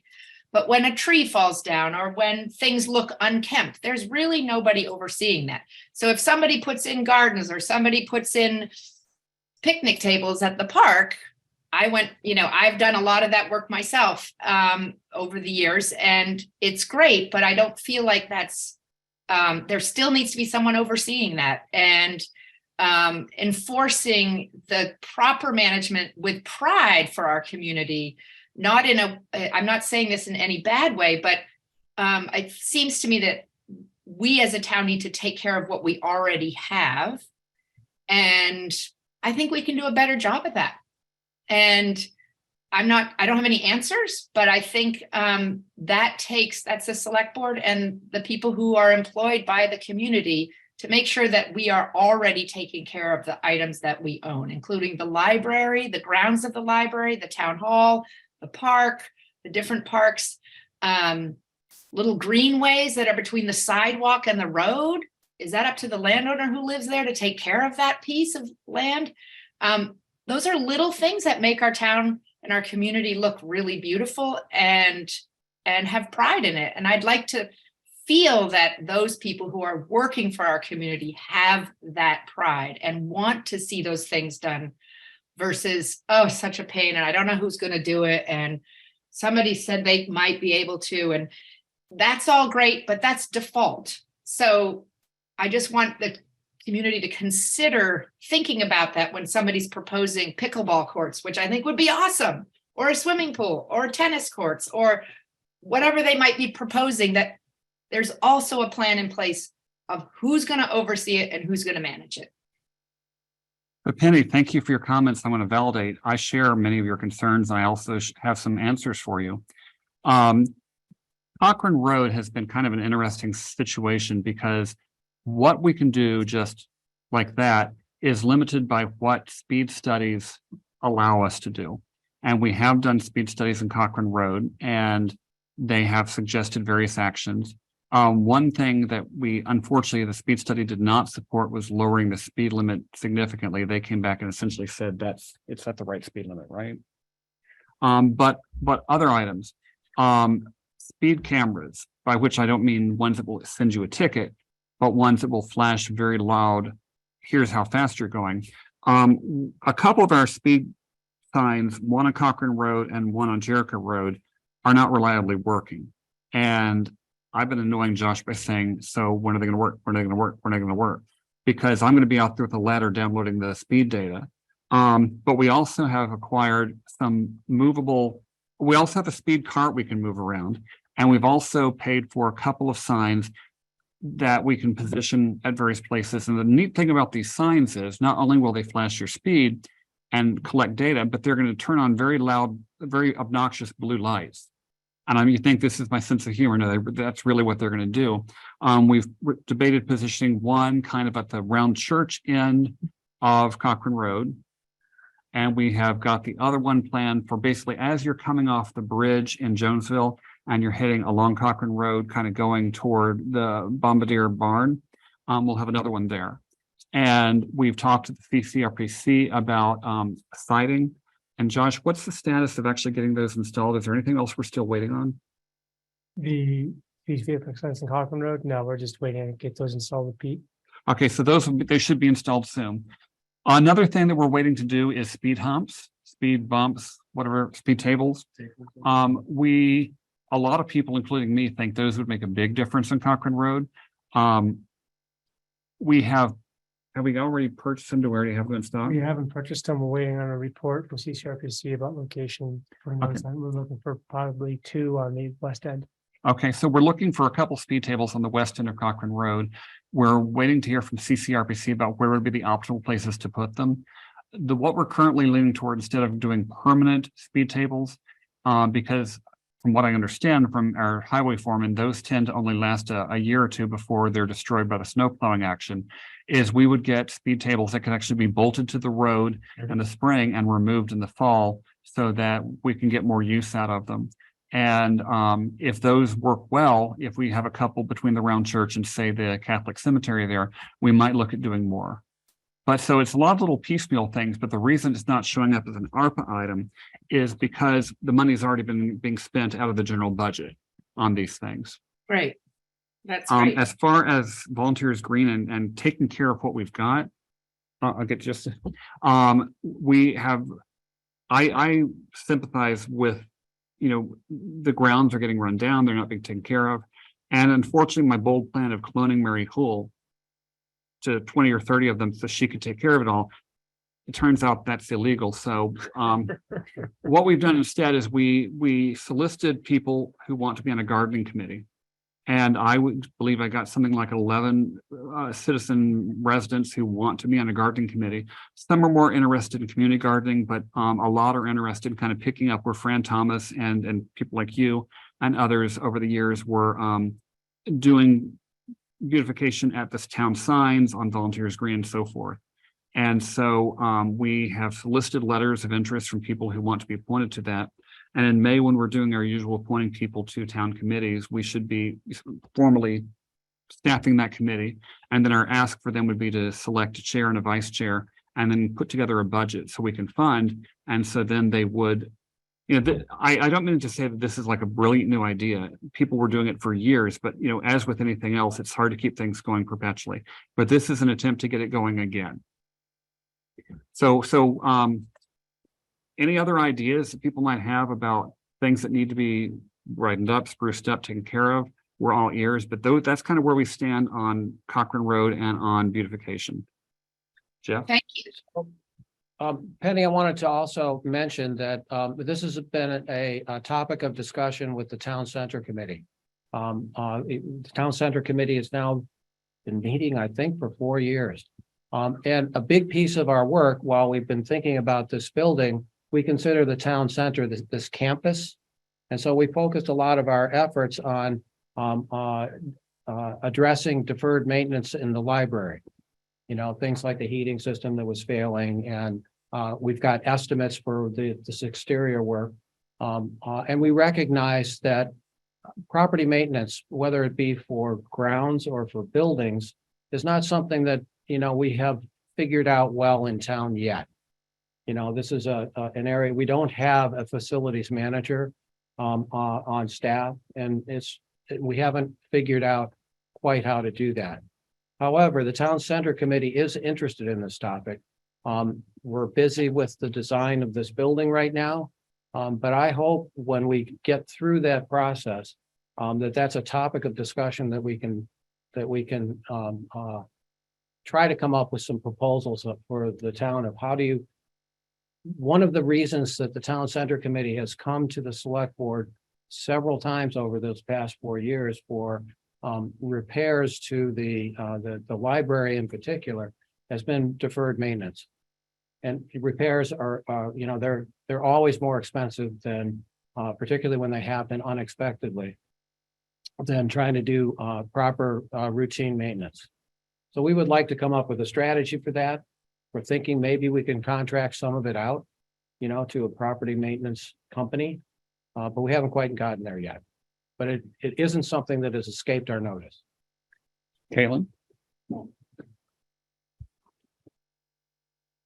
Thanks. Just wanted to briefly respond to what you said, Jay. I appreciate the overview of what's being thought about for Cochrane Road. And I do live right on Cochrane, in front of one of those, just past one of the flashing lights, and it does not, even when it is working, it does not work to slow folks down, as you all know. So I was thrilled to hear that speed tables will be going, and really glad for that, but really disappointed to hear that those will be seasonal, because the most dangerous time of year, I run on Cochrane Road every single day. Mhm. The most dangerous time of year is the winter, when it's darker and when the snow just creeps into the road. So I understand the cost of annual maintenance and having to replace a permanent speed tail, but I'm really think that a seasonal one is not going to save the lives that will inevitably be taken on Cochrane Road at some point. Josh, can you remind, I was there in the beginning when we discussed this. Why did we wind up saying let's go with temporary instead of permanent? Was it just basically based on Pete's recommendation? It was, I think, more based on permanent takes a longer time to study for a permanent traffic calming measure and then there is more maintenance in the winter, but you want to really look at that to know that you're putting them in exactly the right spot. And then so the idea with temporary was we can do a quicker study, get them implemented faster, and then also from that get some data on are they working, are they in the right spot, should they be moved? And then when we move to permanent, we have a little more information. Great, okay. That's Right, but I think that's all of our goals is to ultimately wind up with permanent and not just those two spots, because the people down who live off Wheeler Lane and so forth down at the other end of Cochrane Road, they deserve to be able to use their road safely too. Great. Okay, well, thanks so much for your efforts to improve the safety on the road, period. Okay, Penny. I just had one final comment. I appreciate what you're saying, Jeff, and I've been here for 23 years and I've heard the same thing. And it's just, I find it a little bit baffling that it is taking to have some general routine oversight by a current paid employee that is impossible to do. There's quite a few people that enter that building every day. And I just find it just to think that the buildings and the grounds of our town-owned property take that much work that we cannot, until we have a plan, we can't rake the freaking front lawn. It's amazing to me. And so, sorry, I'm feeling a little aggravated. I appreciate all your efforts and you guys are doing a great job, but this is a repeat message for me for 23 years that I've been here. And I feel like we can do better without having to have a big master plan on who's going to rake the lawn or who's going to tidy things up. And it takes one paid employee or a paid employee from the library. If the gardens don't look good, there's someone who is calling the garden committee to say, hey guys, it looks like things are getting a little ahead of you. Maybe someone could come down here the next couple of weeks. Hey, I noticed there's 5 branches down at who somebody from the town can oversee the property, the land at the round church. When things don't look good, somebody says, hey, that's my job. I should call, even if it's a volunteer committee. Hiring out people is great, but it still takes oversight from the town to want to have that happen. And I think we can do that. Penny, thank you, Kara. Penny, I just want to echo what you're saying. I've been saying it for 20 years as well, it feels like. So I appreciate you bringing it to everybody's attention. I do agree that all of our assets, not just the town center building itself, coming into town, signs on other roads, welcoming signs coming from Jericho or from Huntington or Hinesburg. I think we are not correct. We are not living up to our potential. And that I do believe it would take very little oversight for a town employee to just do one drive around and say, okay, there's some things we got to knock off here, here, and here. That would be useful. So thank you for speaking out. I appreciate that because I feel the same way you do. So thank you. Okay. So that wraps up our ARPA committee stuff. Our next item of business is consideration of approval of policy and procedure for payment of travel expenses for job applicants. Bard Hill has drafted a policy that we've had a chance to look at. It's in the packet. If you wanted to bring it up. And this is primarily at this time for this has been necessitated by, I believe, some of the candidates for police chief are coming from some distance away, and we don't want cost of coming to interview to be what keeps us from getting the best police chief. So Josh, if you want to chat about that.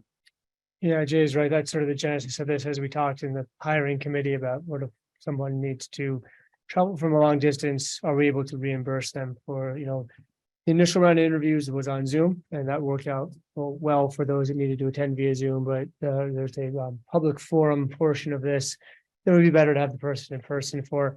So we looked at this as, you know, let's set a limit of if you're within 60 miles one way, you're sort of on your own. You know, you drive in, you do the interview, you drive away. Once we get over 60 miles, we'd start to reimburse for mileage. And then if you have to, you know, fly in, then we can reimburse for that as well. This would really be at the town manager's discretion. And I think this is primarily for like a department head position. I can't see flying somebody in for other positions most likely, but this is to try to, you know, kind of recruit high level talent when we can. I see no hands up. Do we have hands in the room, Jeff? So, 60 miles, so 60 miles is local. Right. And yet that can be problematic too, you know, so having a department head who lives 60 miles away is not so great. You know, and no matter who we're talking about, whether they're coming from California or Canaan, we would like them to live close. So this isn't really where they're going to live. This is where they currently live. So, but you know, it implies that'll be, and I hope it does imply that that'll be part of the discussion is that, you know, particularly for department heads, and you know, staff, I can't imagine wanting to, you know, live 60 miles or more or less, you know, I mean, thereabouts, and coming to work every day, you know, hour and a half. Right. In Vermont, 60 miles is so almost 2 hours. Yeah, so just, Tough though, you know, at least in today's market. yeah, and I don't know that we can legally, I mean, we can have I guess a conversation. We can't legally say you gotta move it, you know, closer. You know, we can say you have to be here at these hours and this is the schedule. But I want to go back to like the 60 miles. I put that in there just to offer like a limit. So it wasn't, oh, I'm driving 20 miles. Where's my 65 cents a mile? Like, I didn't want to open this up for any and every applicant. I wanted to kind of keep it, you know, somewhat limited when people are really traveling a further distance. So that's, I mean, it could be 60, it could be 80. I just tried to figure like 60 is roughly an hour if you're on the highway.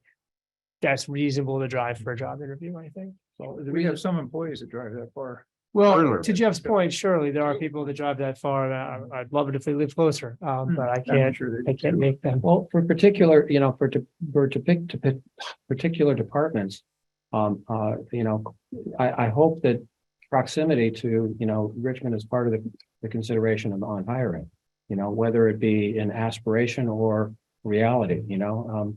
You know, I personally find it really problematic to have particularly police living more than an hour away from town. If we're going to be doing any kind of community policing anytime in the near future. So that I find that problematic. And so that's the only reason I bring it up. Yep. Okay, so there's a motion in the packet. The quick, simple one. Would somebody like to make a motion to approve the policy and procedure for payment of travel expenses for job applicants? This is David, so moved. Okay, we have a motion from David Sander. Do we have a second? A second. Okay. We have a motion from David Sander to approve the policy and procedure for payment of travel expenses for job applicants. This was seconded by Lisa Miller. Please state your name and your vote. Lisa, aye. Jeff, aye. David, aye. And Jay, aye. Our next item of business is consideration of approval of the local emergency operations plan. We've been reviewing the draft emergency operations plan for several meetings now, I think. And we were looking to update it with information from the schools, because I believe Jeff Ford pointed out to us that some of the data we had in the plan relating to the schools was not accurate. And so, Josh, you have gotten updated data from the Red Cross for the schools and so forth, and you've finished the plan. Yep, so we've got updated data from the Red Cross for the schools, as well as for this building to be used as a day use shelter for warming or cooling. And also really honed in on that, what they call the NIMS resource. So it's kind of like, what type of trucks do you have to respond in situations, and trying to make sure we properly counted and categorized those. It looked like I found a few errors in the last couple plans. So I think it's pretty well updated and it needs to be in by the end of the month. So hopefully it gets approved and we can submit it. Okay. Seeing no comments or questions, would anybody like to make a motion to approve the local emergency management plan? Hey, this is David. I move to adopt the local emergency management plan. Okay, motion from David. Do I have a second? I'll second. Okay, we have a motion from David Sander to adopt the local emergency management plan. The second was from Lisa Miller. Please state your name and your vote. Lisa, aye. Jeff, I. David, I. And Jay, aye. One question relative to that, Josh, when the Red Cross was here, did you talk about the generator and the? Yeah, Is that- so we did talk a bit about that and I need to just kind of circle back at that. I haven't read through the whole spreadsheet in a ton of detail, but I've kind of got what I needed for this plan. But the basic conversation at that point was that we need to kind of figure out what spots we need to power, exactly what we need to power, work with an electrician to figure out what size generator we would need. And then kind of proceed to how would we purchase and pay for that and maintain it? Because there's some other questions there. So, just for the record, I probably would be opposed to that, for the town to purchase a generator to be housed at the school district property.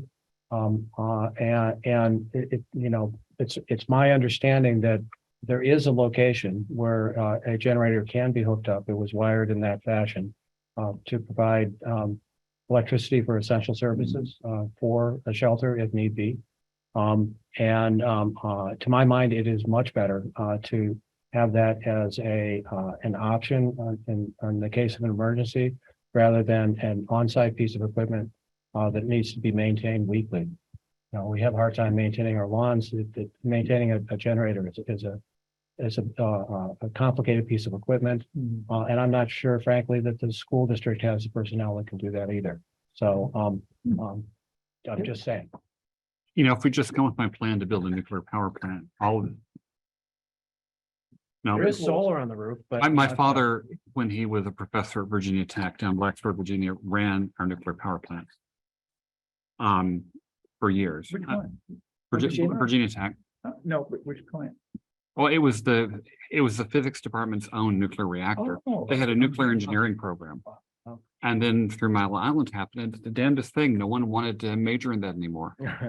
But the state of Virginia is bringing it back because now all of a sudden there's a huge interest in because the technology is much better now. Anyway, that's not relevant to this. We have 2 liquor licenses to vote to We approve. didn't vote on the. No, we did. We approved it. I don't. Did we? No. Okay, all in favor, say aye. Or Aye. okay, aye. Yeah, I think we did. Did we? Maybe I've fallen asleep. I hear it either. I so- am. So that's Okay. you got a 5. Yeah. Can we do it twice? Duncan, did we make a motion? You would have. No, we made recorded the motion. Jeff spoke up after we made the motion. I could have sworn we voted on it. it. Did we? Okay, then. Well, Yeah, because Jeff made the motion, Yeah, Lisa seconded it. no, I think then I guess. Pay no attention to me. Okay, we have 2 liquor licenses to approve. They are from Papa McKee's and Stone Corral. The state of Vermont has 3 tiers of liquor licenses. First class, which is to serve beer and wine on site. Second class to sell beer and wine to be consumed off premises. And third class to serve spirits on site.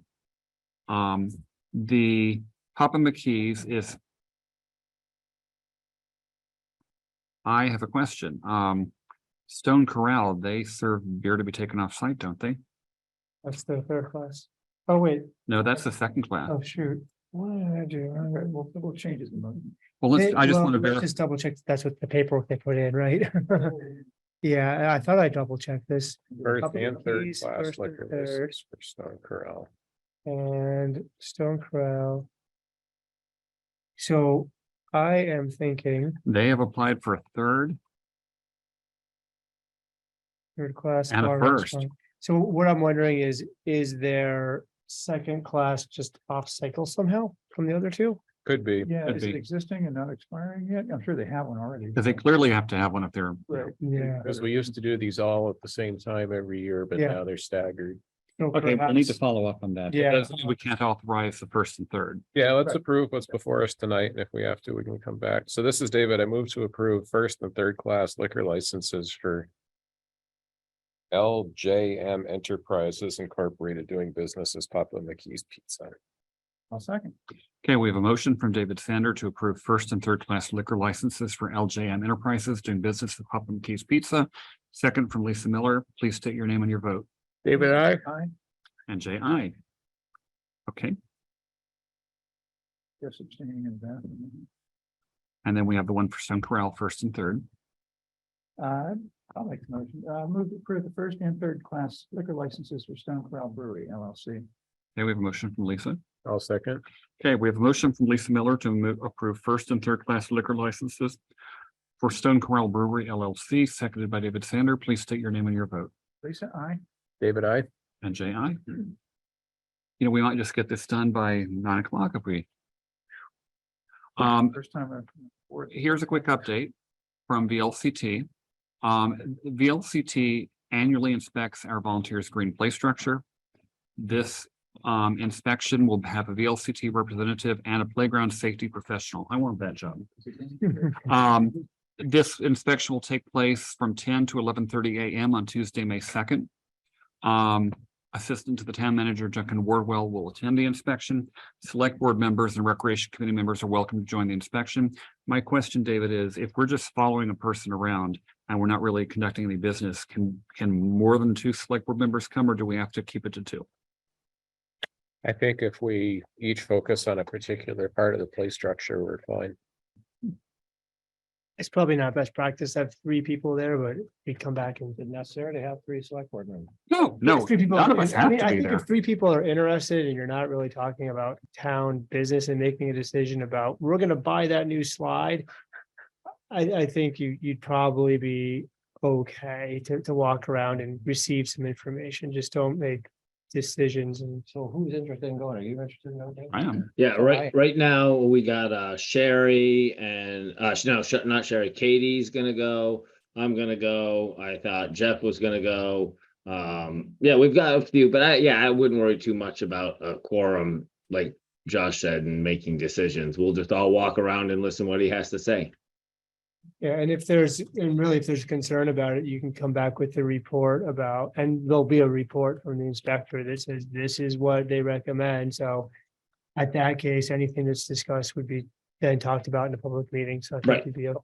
The reason that I want to go is that I had to do this for the Hmm. school district. Yeah. So, you know, I have some experience with this. So, I wanted to just, watch and learn. No, you'd be a great resource, Jeff, to have you there, definitely. Okay, now I don't know if MMC TV is going to be available to film this. Aaron? Lights, everything. We'll get you a GoPro that you can just. There we go. I gotta go through. Okay, no, I'm being facetious. Okay, now the next item, Question for Duncan. That little phone that goes underground over to the other side of the playground, does that still work? It does. It does? Does it? Well, I don't know. It filled up with water, I think, last year, and Oh, it was because it. I Oh, don't the know, it was tube. left under- Yeah, since my kids were little, which was 7, 8 years ago at this point, when they would have been using that a lot. I had heard that when Irene came through, it flooded somehow and it Oh. wasn't used, but that could just be urban legend. That's just sort of what I heard around the playground before I was even well, I telling guess we you. know where we're going right after this meeting. Yeah. Okay, Anyway, I'd be curious. because the next, That's the reason okay, for me to come. the next item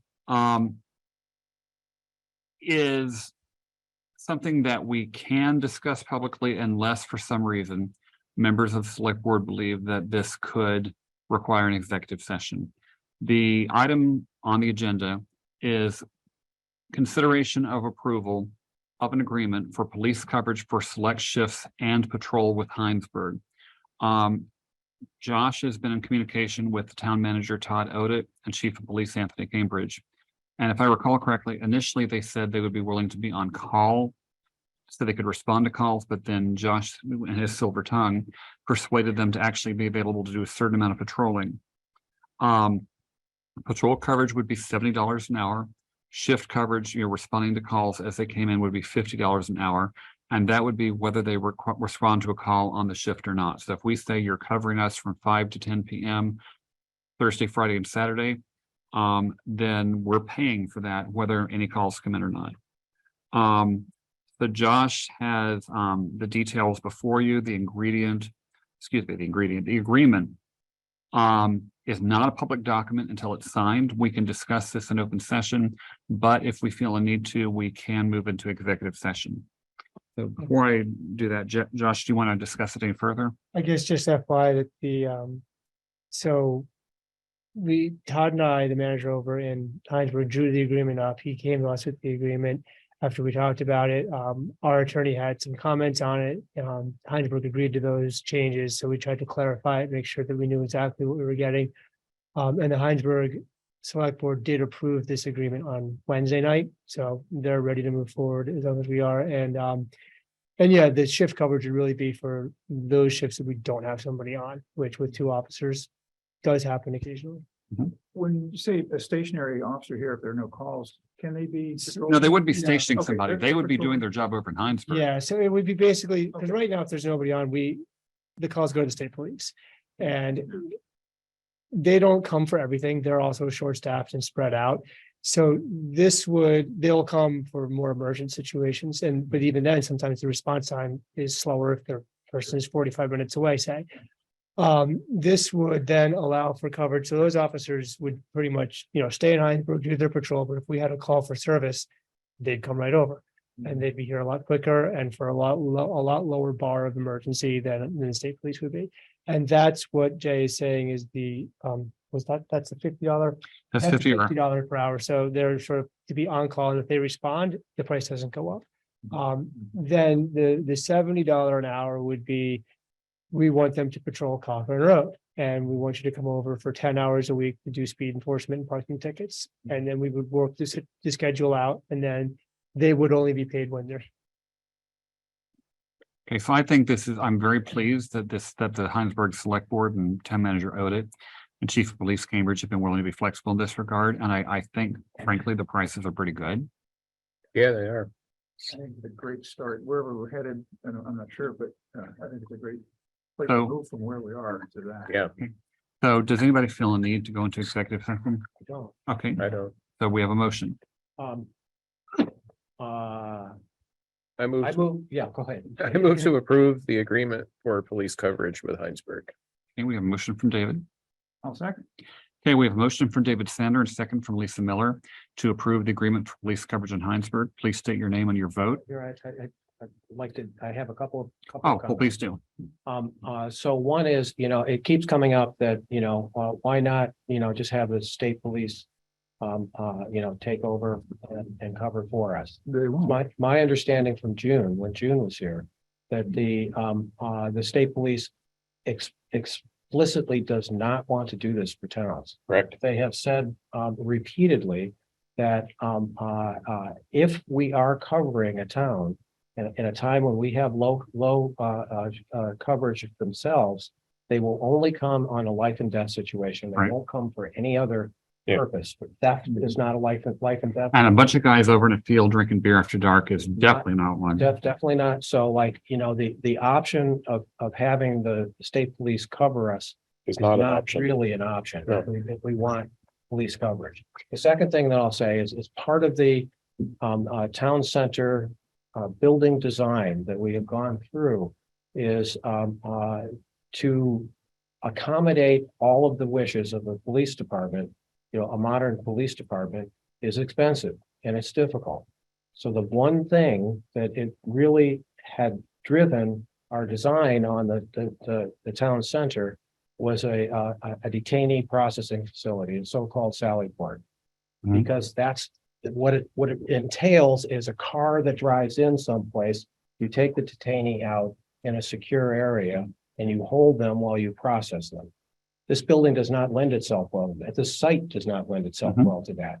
And in order to accommodate that, it would have required us building an addition under the building of various size, anywhere from 2,000 square feet to 4,000 square feet to accommodate all of the needs of a modern police With a department. roll-up door and stuff like that. What so we have scaled back, we have eliminated in our proposed designs will not have a Sally Port. And I talked with the police chief over at Hinesburg to ask if we could use their Sally Port, their detainee processing facility for if we had a need for detaining anybody, which is not terribly often in Richmond, handful of times a year. What he has told me is that, yes, that they would be willing to do detainee processing over there. We could work it out so that they don't have to have anybody, their officers present for that, which is different than Williston or the state police in Williston. And it could, that option literally saves us millions of dollars of design to try to accommodate that in this building. So I really support the notion of trying to think regionally for policing. This is a step in that direction, and I think it's a really good idea. Just to build on your state police comments, we met, Chief Herrick and I met with the state police a few months ago on just that topic, what they're expressing us how stretched thin they are and how hard it is for them to respond these days. And actually just last week, they called me to follow up, and they were really pleased to hear that we'd be moving forward to do something with Hinesburg Police Department. So good. Yeah, I'm afraid that no matter how many times you tell people, the state police and the sheriff's department, they don't want to hear it. They're It's not their mindset. They won't hear it. yeah. Okay, please take your name and your vote for approving the Oh, right. Lisa, aye. Jeff, I. David, I. and Jay, aye. Okay, our next item of business on our agenda is a quick look at the select board calendar. And the most immediate thing on the select board calendar at this time is that in May, we routinely appoint people to yeah, Josh, you want to share it? We appoint people to committees and town offices. So if there's anybody in the call who is still thinking about competing for fence viewer, my wife has got her application in, but there's room for 2. So there's still time. Yeah, and Duncan's been doing a really good job. Every year, the outreach actually starts for this in about February. With forum posts, outreach to the current committee members, outreach in Times Inc., and then organizing all the applicants as they come in. I think right now we're at the process where we've got the applicants and they're going to be going to the committees for review, because we usually give each committee a chance to review applicants and then make suggestions to the select board that the board can take or not. It's your call. But that will come back at the second meeting in May to the board. Yeah, I'll be emailing groups this week about that. Thank you, Duncan. Also on this, I updated, you'll see there's a few items like here in June 2023, because we had started to talk about what sort of seasonal things or specific to this year are coming up, because everything doesn't have a date on it. Those are kind of the annual things that come up all the time. As the board started to talk about some strategic planning that they wanted to do, we wanted to add in a few things. We've got Town Center Committee and decision from ARPA Committee in June. Check in with Hinesburg on Regional Police Services. This goes back to something Jeff was talking about earlier in the meeting. They're doing a full study on all emergency response, which is supposed to be tied up here later this spring or early summer. So we'll check in with them. Discuss strategic planning for fire department. We actually just accomplished that. We moved that from August up a little bit early, but that's going to be ongoing, longer term. Going to take more than a night to figure that out. So I just wanted to start to add to this and really keep this as more of a living document as much as we can. Any questions on the schedule? Jeff? So I have, maybe a couple of suggestions that we fill this a little bit more completely. This next, tomorrow we have a zoning hearing, and it would be good to check with the planning commission about whether or not they'll have other zoning changes and when they might expect those. That would be, useful to have on this. We expect, the Town Center Committee expects to have a bond vote in November. I think it's first Tuesday in November. I think it's November 7th. So that is going to imply, in June at the latest, we want to come to the select board and explain how we've gotten to where we are, and get the select board's input and suggestions on where we are, where we're at, so that we can meet that deadline for November and make sure that you guys are all on board. Another issue that we talked about in the past that we might want to schedule is we had talked about discussing personnel policy. and updating our personnel policies. I don't know where that fits, but if there's open slots, we might want to do that. June and I did an end-to-end review of the personnel policies within the last year. It's not that you can't look at them again, but we do have a relatively recent review. Yeah, and that's really, I'm delaying that process because I have not gone through all of your suggestions, VLCT suggestions and staff suggestions to come up with a final next step proposal. We've had some, Just one sec. Erin's got her hand up and I wonder if it's Erin. I just wanted to throw out there that I just really want to thank Duncan for doing a great job of keeping up the calendar and the emails and everything. I really appreciate the way he's doing a great job. So thank you, Duncan. Okay, I figured if Erin's got her hand up, it must be audio related, but Duncan, good job. Okay, continue. So that's it. I see this, I do see this as a living document. I see it as an opportunity to get ahead of some issues before, they inevitably they come at us anyway. So a way to kind of spread out the workload and address some more long-term issues rather than have to react at every meeting. Okay. Question for somebody, maybe for Josh, but isn't the town plan coming up on its 5-year refresh? So it was voted in 2018. I think it has 8 years. Is it 8? Yeah, because if Okay, it was so 5 I years, was it'd thinking it was be 5. coming up It this used to be 5. this November. But I think we have 8 years until there's a needed rewrite on that. And that's a better question for Keith or Virginia, because I know that the would be- last process was yeah, I just really wanted to get involved. The Yeah. process going. But yeah, I don't know if the next process needs to be as deep because it seems like they went pretty thorough in the last one. But yeah, Yeah. Virginia knows that like the back of her hand. And how's it going on staffing the various committees? Or not staffing, but filling the slots? Well, that's actually our next agenda item. No, that she's talking about volunteer committees. Yeah. So, Oh, that. Duncan would have a better sense on, maybe he would. Duncan, do you know off the top of your head sort of how many applicants we have or if there's a committee that's way behind? Well, yeah, it's definitely a mix of both, actually. So yeah, I'll follow up with stuff, but yeah, it's like we have some good candidates for some, but we don't have enough candidates for everything. So if you get what I mean there. So we'll follow up on that, but I think it'll be fine. Is the parking advisory committee, anybody re-up there, Duncan?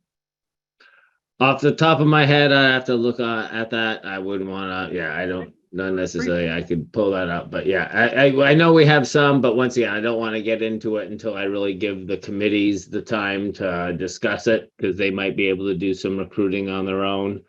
So at this point, we kind of get who first applies. Once again, we say it's the deadline for applying, but if you're going to volunteer for a committee, we're not going to be like turning you away later, right? Thank you. Okay. Erin, you got your hand up again. Sorry. Okay, our next item, business is just, and there's no motion here. It's just a staffing update. It's here in the memo.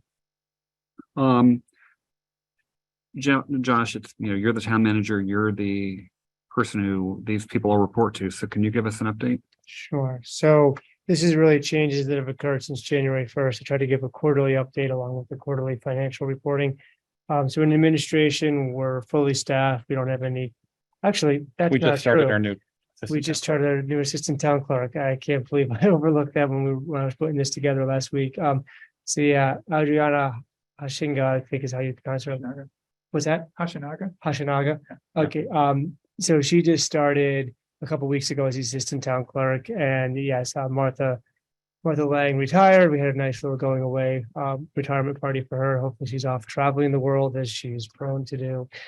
Yeah, she's taken some amazing trips. All right, can't believe I forgot Adriana. I'm sorry, Adriana. Highway is staffed with no changes. Police remains as we have been. Currently, there's a chief position, 1 full-time position, and 3 part-time positions open in the police department. So working diligently on the chief position. Haven't had a lot of applicants for the full-time position. Hopefully, once we fill that chief position, we will continue to move forward. Library, I'm going to skip because I didn't have a chance to confer with Rebecca last week, and Jay reminded me after I sent the memo out that I think there is actually a position open. Yeah, they posted for it. So I think that they're still looking for somebody. I know they've been a little short staffed, kind of getting by for a while, and that'll be nice to get them more fully staffed.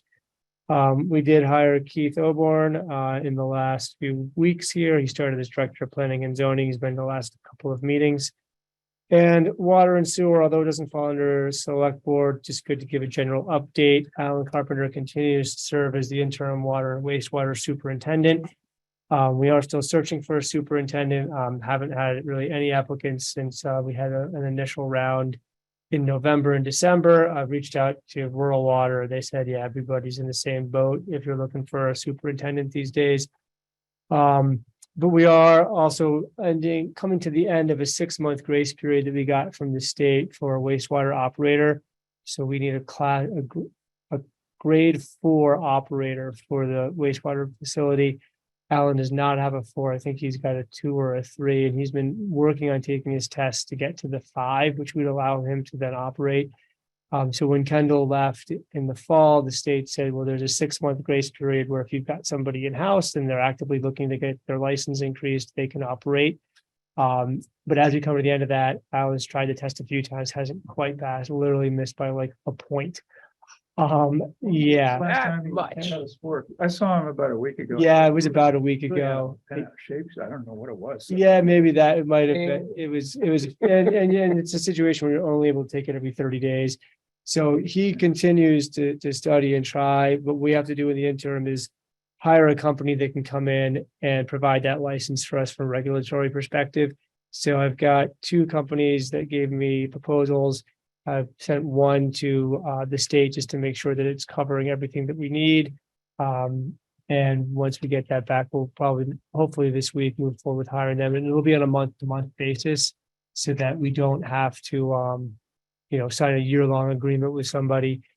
In that, it will also come with 8 hours on site per week. So they'll be here to cover the basic needs. And they will also be available for calls from staff. So if there's questions right now, they can call a number of people. They'll have a definite go-to. I also asked both potential companies that they would do some training, and they would be willing to do some training of our staff. Because right now we have 2 operators in training that really want to learn more about wastewater.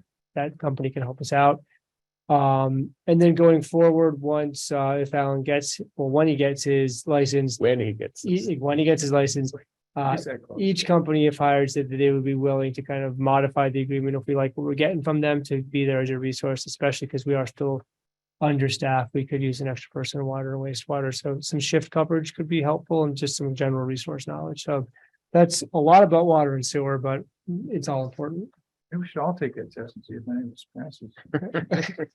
Good luck. You might be able to.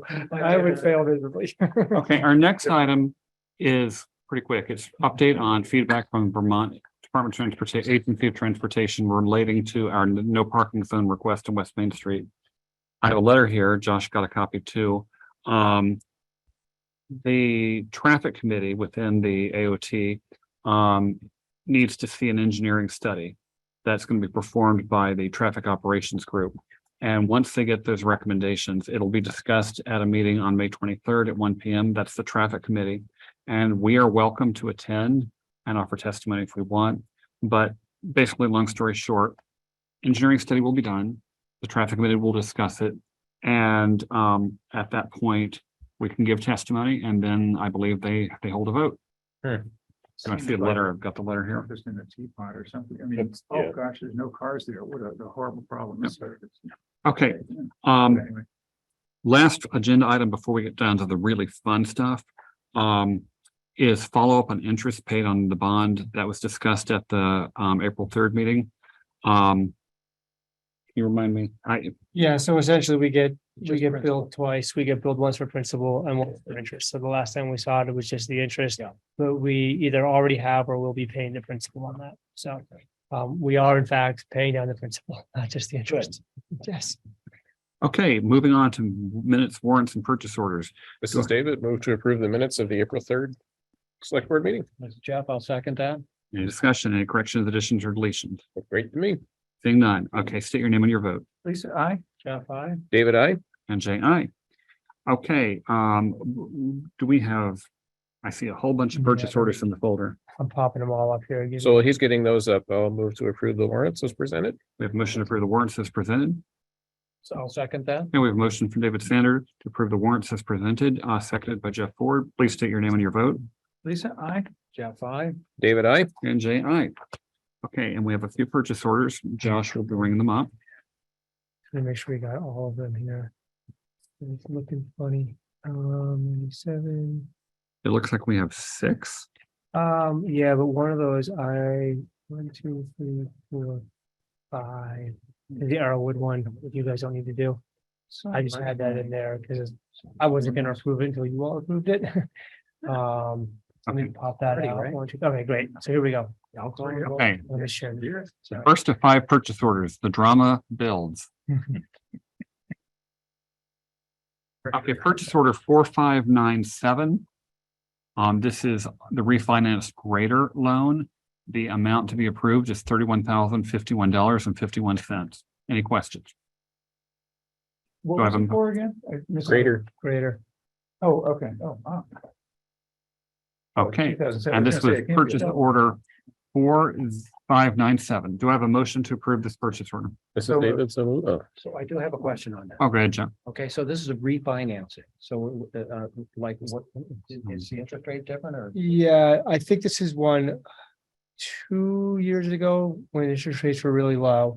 We refinanced a number of our equipment. Yeah. And Ooh, took good advantage idea. of the lower interest rates. So we're not refi, that. No, we're not. Refinancing. She will bank's gonna refinance. make a lot more Yeah, money. right, right. No, we're not refinancing it this market. Okay, that's, No, that no, was my sir. concern. There- We actually got a really. good Okay, so deal we with have that purchase grader. order 4597 and the amount of $31,051.51 for a refinance grader loan. Do I have a motion to approve?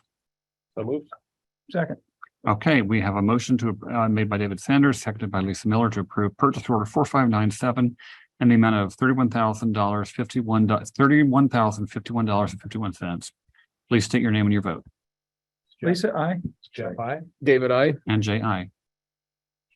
Okay, next purchase order 4598 to Union Bank to refinance the dump truck. The total amount to be authorized is $27,385.05. Motion to approve that. I'll second. Okay, we have a motion from Lisa Miller to approve purchase order 4598 to Union Bank for refinancing the dump truck for a total amount of $27,025.05. Please state your name and your vote. Lisa, I. Jeff, I. David, I. And Jay, I. You know, the interest on that was about half of the purchase earlier that I saw up there for whatever it was, a truck or something. That was like $1,400. It's same, almost the same principle, and this interest is 880. But it just depends on when it was negotiated, I guess. So the way they, so we're not bonding for these, right? We're borrowing from a commercial bank. Correct.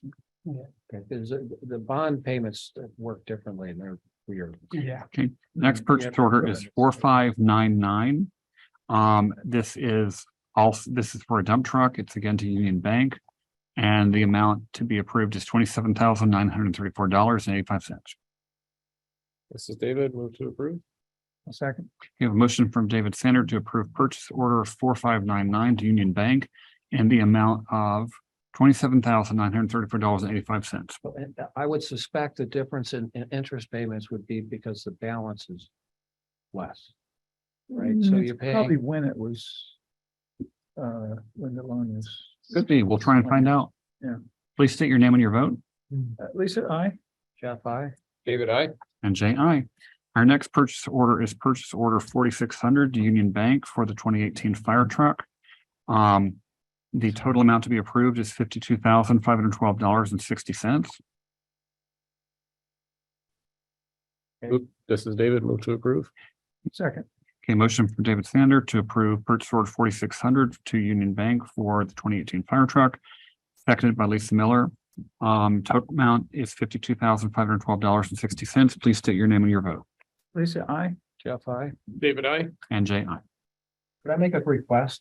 Sure. So, could we see what a payment schedule looks like for any one of these loans and, you know, whether it's is it like a mortgage or does the interest payment fluctuate based on what the balance is? That looks like a lump sum.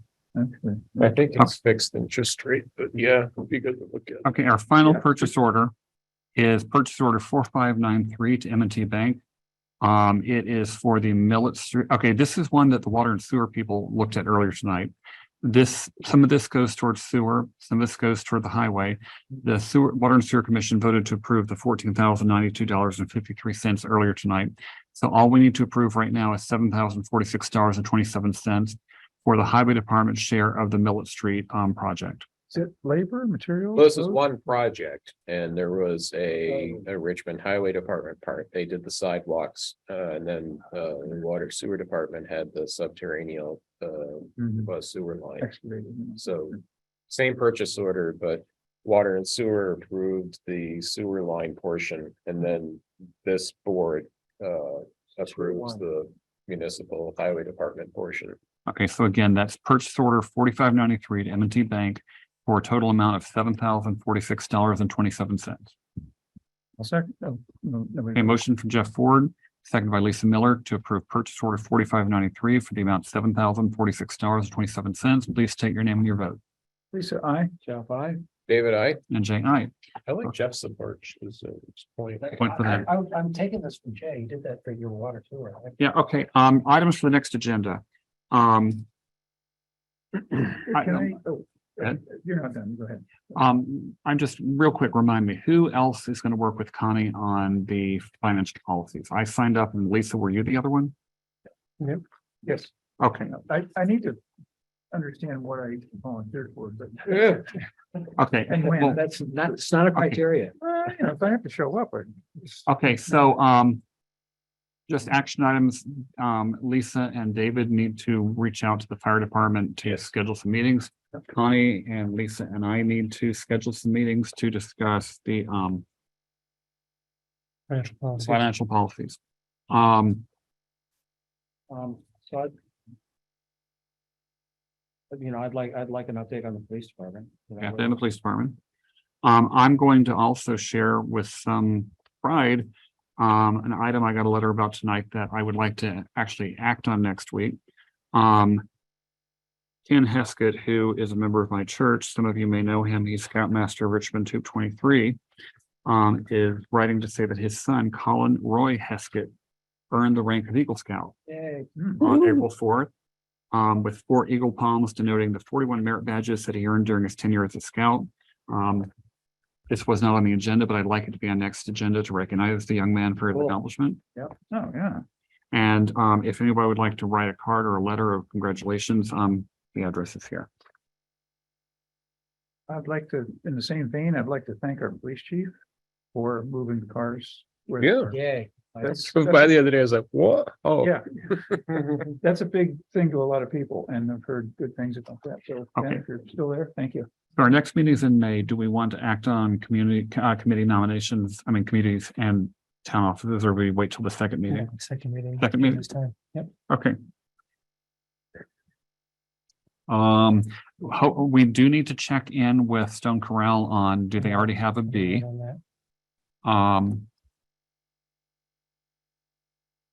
And we did not appoint Keith to something because we needed to wait. Will we have the information we need to appoint Keith to whatever the heck that was? We should, because that's a planning, which role is that? So acting zoning administrative officer to perform zoning administrative duties when Tyler's out of town for more than like 2 days. And in order to do that, the planning commission needs to recommend or nominate him to the board, and then the board will make the final call on if they want to appoint him. So assuming planning commission does that between now and May 1, we'll have that on the agenda. We also maybe wanted to talk about the non-binding resolution of sharing the road. Right, I'm going to basically take the resolution, put it more into the classic whereas, therefore. And by that point, the letters for the reappraisal should have gone out, correct? I think she said they're going out this week, so yes. Yes, so we might just have the bullet item, anything further on the reappraisal. All right, and then I've also got, I think Radiate's gonna come, they wanted to get approval for their annual art crawl. And they usually use lots of the land around here. It's not till September, but they like to get ahead of it, so. Okay. Are they changing the murals on the top of? That usually is about this time of year, but they've got an agreement with the select board and the process that they follow, so they don't come for approval. They have a process that they work through. Which was, quite discussed a couple of years ago when, so I think they follow a good public outreach process. Okay. Trying to see what they're gonna do. If there are no other suggestions, I would entertain a motion to adjourn. This is David, so moved. Second, We have a motion for David Sanders, seconded by Lisa Miller to adjourn the meeting. Any discussion? Seeing none, please state your name and your vote. Lisa, aye.